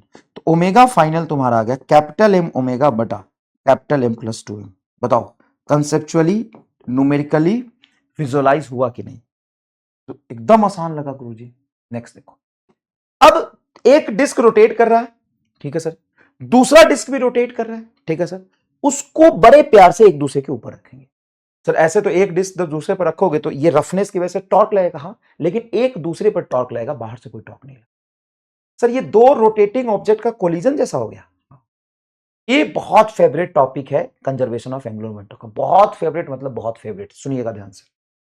Collision का केस हमने पढ़ा अभी अभी कि m मास का ऑब्जेक्ट, m1 मास का ऑब्जेक्ट u1 से चल रहा है, ठीक है, m2 मास का ऑब्जेक्ट u2 से चल रहा है, perfectly elastic in elastic collision हुआ है। परफेक्टली इलास्टिक मतलब चिपक के ये चल रहा है, मान लो v वेलोसिटी से। v की फॉर्मूला बताओ क्या होगा? तो सिंपल है, मोमेंटम कंजर्व करो। बताओ इन्हीं, देखो एक्सटर्नल फोर्स तो सिस्टम पे नहीं लगा ना, जब आपस से टकराते हैं तो मोमेंटम कंजर्व करोगे तो m1 u1 plus m2 u2 बराबर total mass m1 plus m2 into ucm लिखते हैं। तो वेलोसिटी ऑफ सेंटर ऑफ मास क्या हो जाएगा? m1 u1 plus m2 u2 divided by m1 plus m2। Yes और नो? हाँ सर बिल्कुल सही, वेलोसिटी ऑफ सेंटर ऑफ मास यही है। उसी तरीके से मान लो कि एक डिस्क है जिसका मोमेंट ऑफ इनर्शिया है मान लो i1 और ये ओमेगा 1 से घूम रहा है, दूसरा मोमेंट ऑफ इनर्शिया i2 और ये ओमेगा 2 से घूम रहा है। सर डायरेक्शन रोटेशन का कुछ ना बोले तो सेम ही डायरेक्शन मान लेंगे, ये भी क्लॉकवाइज ये भी क्लॉकवाइज। अब क्या किया, दोनों को चिपका दिया, दोनों को चिपका दिया। जब दोनों को चिपकाओगे तो मान लो ये क्लॉकवाइज में तेज चल रहा था और ये स्लो चल रहा था। जो तेज चल रहा है उसको स्लो वाला अपनी तरफ रोकेगा टॉर्क लगा के, और जो स्लो चल रहा है ये इसको अपने पास खींचेगा फ्रिक्शन की वजह से। जैसे ये फास्ट चल रहा है और ये स्लो है, तो जब कोलिजन होता है तो आगे वाले पे आगे फोर्स लगता है तो उसकी स्पीड बढ़ती है, पीछे वाले की घटती है, पीछे वाले की स्पीड क्या होती है? घटती है। सेम वही सिनारियो यहां पे होगा, जब आप एक रोटेटिंग बॉडी को दूसरे पे रखेंगे तो दोनों एक दूसरे को फ्रिक्शन लगाएंगे, फ्रिक्शन से इन पर टॉर्क लगेगा, टॉर्क लेके कॉमन वेलोसिटी को अटेंड करने की कोशिश करेंगे। मान लीजिए कॉमन वेलोसिटी ओमेगा से घूम रहा है, तो सवाल यह है कि एक्सटर्नल टॉर्क इस पर कितना लगा। अगर एक्सटर्नल टॉर्क देखेंगे वो है 0, तो एंगुलर मोमेंटम कंजर्व करिए। तो इनिशियल एंगुलर मोमेंटम बराबर final angular momentum. Initial angular momentum बताइए sir, i1 omega 1 plus i2 omega 2 बराबर, दोनों एक साथ चिपक के चलेगा तो ओमेगा फाइनल। तो परफेक्टली इलास्टिक जब चिपकेगा तब ना, चिपकेगा ही, दोनों कहा जा सकता है। ये एक तेज घूम रहा है, एक स्लो घूम रहा है, तो तेज वाले को ये पीछे टॉर्क लगाएगा और स्लो वाले पे आगे टॉर्क लगाएगा धीरे धीरे। जैसे मान लो ये 10 है और ये 4 है, तो जब चिपकाओगे तो 10 से होगा 9, 4 से होगा 5, फिर 10 से होगा ये 8, ये 4 से होगा 6, फिर होगा 7, ये होगा 7, और फिर 7 से दोनों घूमने लगेंगे। और जब सेम से घूमने लग गए तो रिलेटिवली अगर इनकी वेलोसिटी सेम हो गई तो टॉर्क नहीं लगेगा। टॉर्क तब लगता है जब स्लिपिंग हो, और स्लिपिंग होगा जब दोनों का ओमेगा अलग होगा। कंसेप्चुअली भी सीखो। अब तुमको क्या करना है, ओमेगा फाइनल बराबर क्या i1 omega 1 plus i2 omega 2 divided by i1 plus i2 हो जाएगा कि नहीं? हाँ सर बिल्कुल हो जाएगा। i1 omega 1 plus i2 omega 2 divided by m plus i हो गया। अच्छा, इसमें फ्रिक्शन वर्क किया, देखो इनको कॉमन स्पीड पर कौन रहा है? फ्रिक्शन ही तो आ रहा है, तो इंटरनल फोर्स वर्क करता है। हाँ, तो क्या लॉस इन काइनेटिक एनर्जी होगी? हाँ। क्या यहां भी होती है जब दोनों चिपक जाते हैं? हाँ। तो यहां भी दोनों चिपक गए तो होगी। जब दोनों चिपक जाते हैं तो लॉस इन काइनेटिक एनर्जी यहां पे कितना होता है? हाफ m1 m2 बटा m1 plus m2 into u relative u1 minus u2 का होल स्क्वायर, अगर सेम डायरेक्शन में चल रहा है तो। क्या ये मैंने कोलिजन में पढ़ाया था? परफेक्टली इलास्टिक में लॉस इन काइनेटिक एनर्जी, हाँ, काइनेटिक एनर्जी के पैटर्न जैसा सेम यहां पे रिप्लिकेट होगा। और loss in rotational kinetic energy कितना होगा? तुम खुद बताओ, खुद बताओ, खुद निकालो। यही खासियत है। बताओ फिर से, MR star style OP, MR star style OP. अगर तुमको यह समझ में आया कि पिछले टॉपिक से रिलेट करके ये मैंने तुरंत समझा दिया तुम्हें। हाफ i1 i2 बटा I1 plus I2 into omega relative, जो भी ओमेगा रिलेटिव है, दोनों सेम डायरेक्शन में चल रहे, रिलेटिव वेलोसिटी क्या होगा, ओमेगा 1 माइनस ओमेगा 2 का होल स्क्वायर। हमारा स्टार स्टाइल ओपी लिखोगे अगर तुमको ये सेम उसी पैटर्न में मैंने रिलेट करके करा दिया है तो, सेम उसी तरीके से जैसे पहले कराया था रिलेट करके करा दिया है तो तभी लिखोगे बस। आओ अब सवाल देखते हैं। कर्नाटका नीट 2013 का सवाल है, देखते हैं क्या कह रहा है। Two disc are rotating about axis normal to the disc and passing through the centre, मतलब परपेंडिकुलर, नॉर्मल मतलब perpendicular. Disc D1 has 2 kg mass 0.2, अच्छा disc kg 2 kg mass and इतना metre radius, initial angular velocity 50 radian per second. Disc D2 है 4 kg mass इतना metre radius and initial angular velocity इतना radian per second. The two discs are brought in contact face to face with their axis of rotation coincide. Final angular velocity in radian per second is, बताओ वही सवाल है कि नहीं। ये वाला दो डिस्क है, I1 ओमेगा 1 I2 ओमेगा 2 दोनों घूम रहे हैं, फेस टू फेस कॉन्टैक्ट में ला दिया। फाइनल एंगुलर स्पीड बताओ, फाइनल स्पीड देखो I1 omega 1 plus I2 omega 2 बटा I1 plus I2 that's it. बताओ I1 कितना है, I1 है तुम्हारा डिस्क है ना, तो ये हो जाएगा तुम्हारा हाफ 2 इंटू रेडियस 0.2 का whole square into omega 50 plus disc 2 has 4 kg 0.1, तो हाफ 4 इंटू 0.1 का whole square radius initial angular velocity इतना। देखो क्या ये बोला है सेम डायरेक्शन में चल रहा है कि अपोजिट में चल रहा है, बोला है आई इंटू ओमेगा लिखना है बस। आई की वैल्यू होती है moment of inertia M square 2। क्या बोला सेम है कि ओमेगा है, सेम है कि अपोजिट ओमेगा है, मतलब क्लॉकवाइज चल रहा है, दोनों एंटी क्लॉकवाइज चल रहा है, कुछ लिखा है नहीं, तो दोनों को सेम में मानोगे। I1 बताओ, तो हाफ इंटू 0.2 का whole square into 50 plus half into 4 into 0.1 का होल स्क्वायर इंटू 200। अब इसको सॉल्व करते हैं, तो देखो 1/2 से 1/2, 1/2 से कट गया, ये कटेगा यहाँ 2 आएगा, ये कटेगा यहाँ पे 2 आएगा।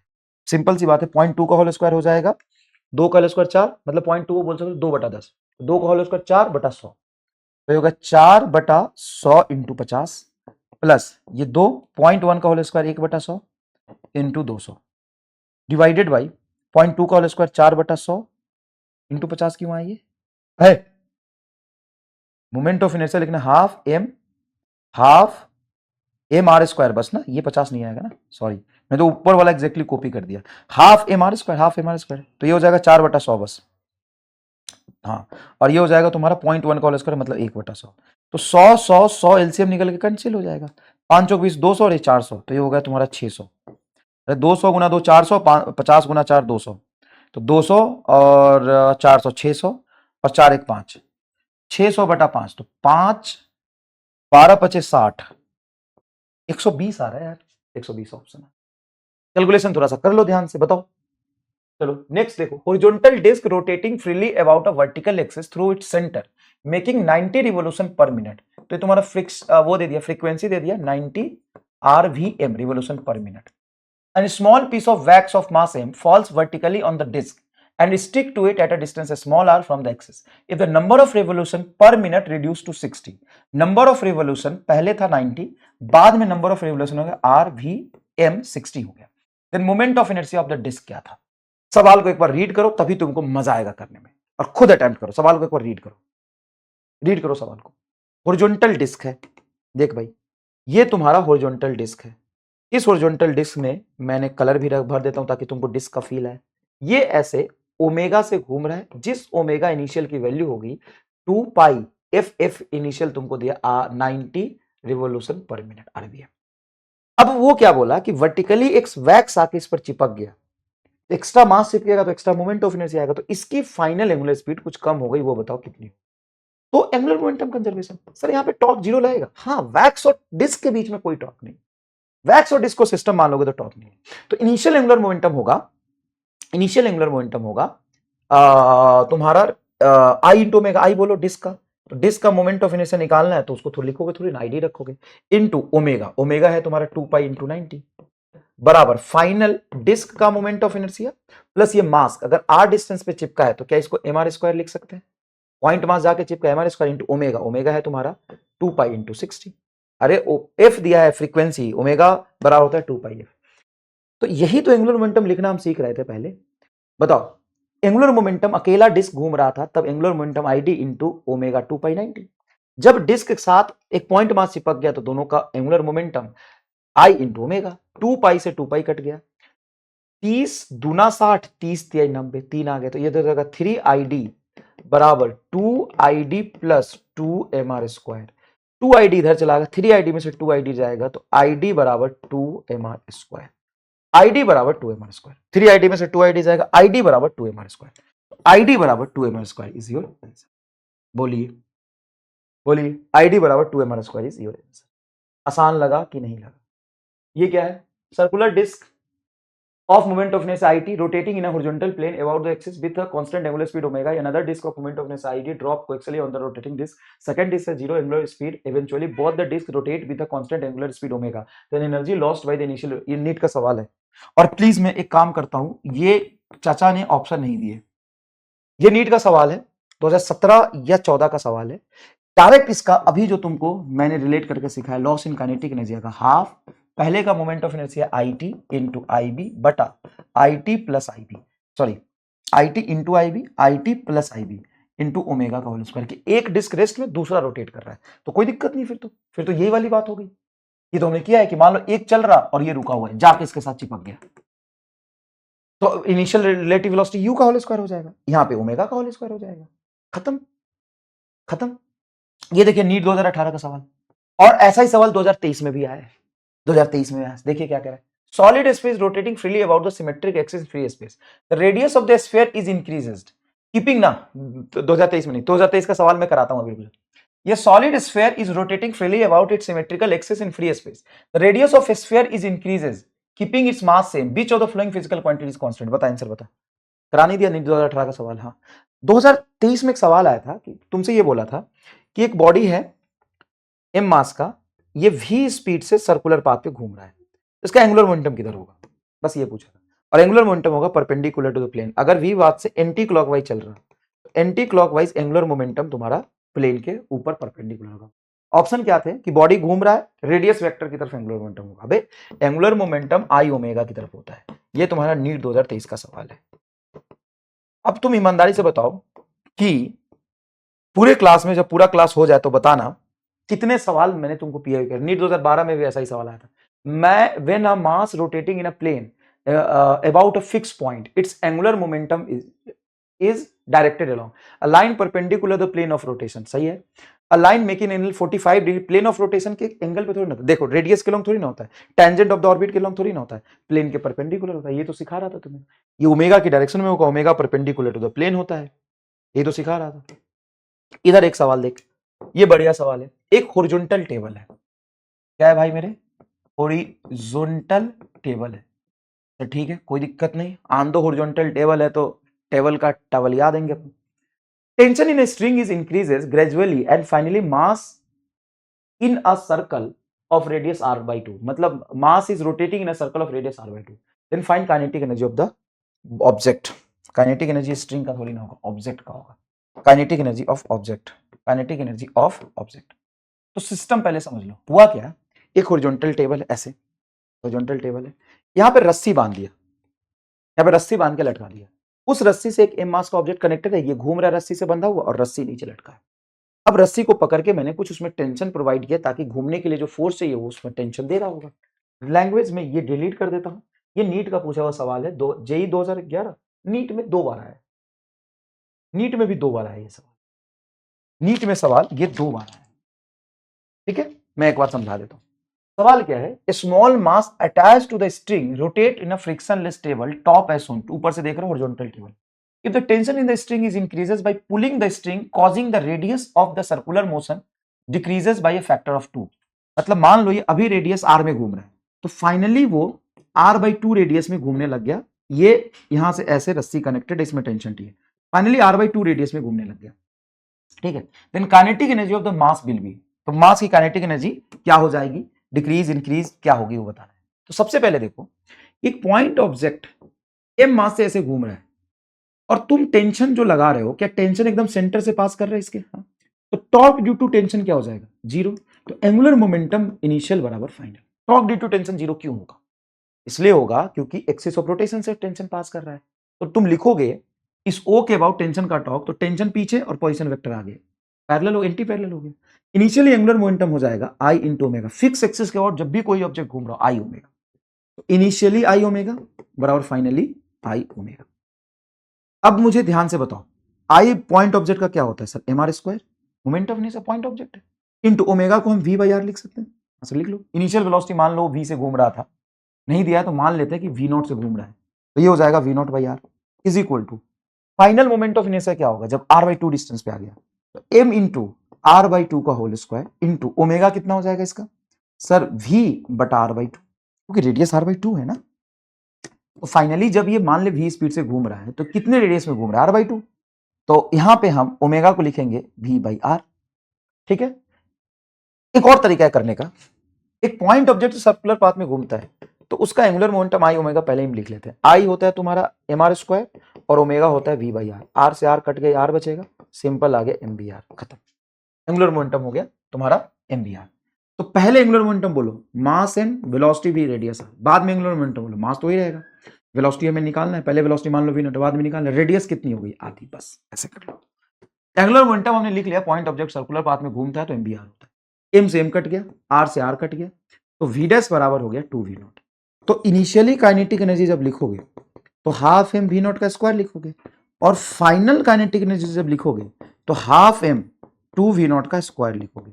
तो क्या 2 वी नॉट का स्क्वायर 4 बाहर आ जाएगा into half M V naught का स्क्वायर। अगर पहले kinetic energy half M V square तो बाद में 4 गुना काइनेटिक एनर्जी बढ़ गई है, इंक्रीजेस बाय फैक्टर ऑफ 4।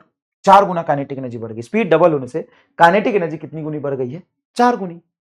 बताइए सर, गजब। इधर देखिए, जेई मेन 2023 का सवाल है ये।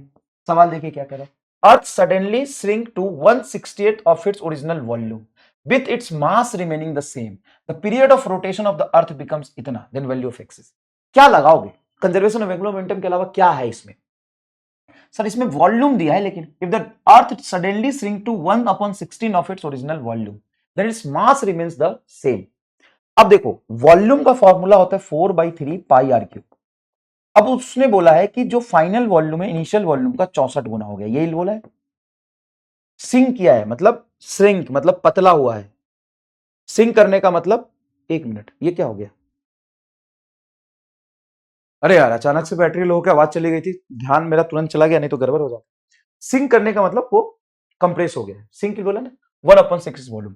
तो वॉल्यूम हमें दिया है, अब यहाँ पे वॉल्यूम कर रहे हैं, फाइनल वॉल्यूम क्या होगा? 4/3 पाई आर फाइनल का क्यूब बराबर 4/3 पाई आर इनिशियल का क्यूब बटा 64। 4/3 पाई से 4/3 पाई कैंसिल, तो आर फाइनल तुम्हारा है cube root of R initial का क्यूब बटा 64 का क्यूब। एक और काम करो ना, रुको, नहीं सॉल्व करना तो देखो, आर फाइनल का क्यूब बराबर आर इनिशियल का क्यूब बटा 64 को हम 4 का क्यूब बोल सकते हैं। हाँ, तो क्यूब क्यूब क्यूब हर जगह कैंसिल कर दो, तो फाइनल रेडियस आ गया तुम्हारा इनिशियल रेडियस का 1/4।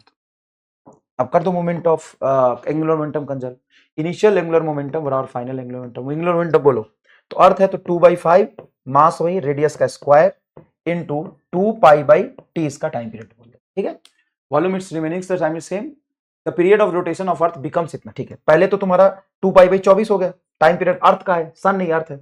बाद में हो गया तुम्हारा 2/5 एम, रेडियस हो गया r बाई 4 का whole square, R square by 16 into 2 pi by बाद का टाइम पीरियड टी डैश।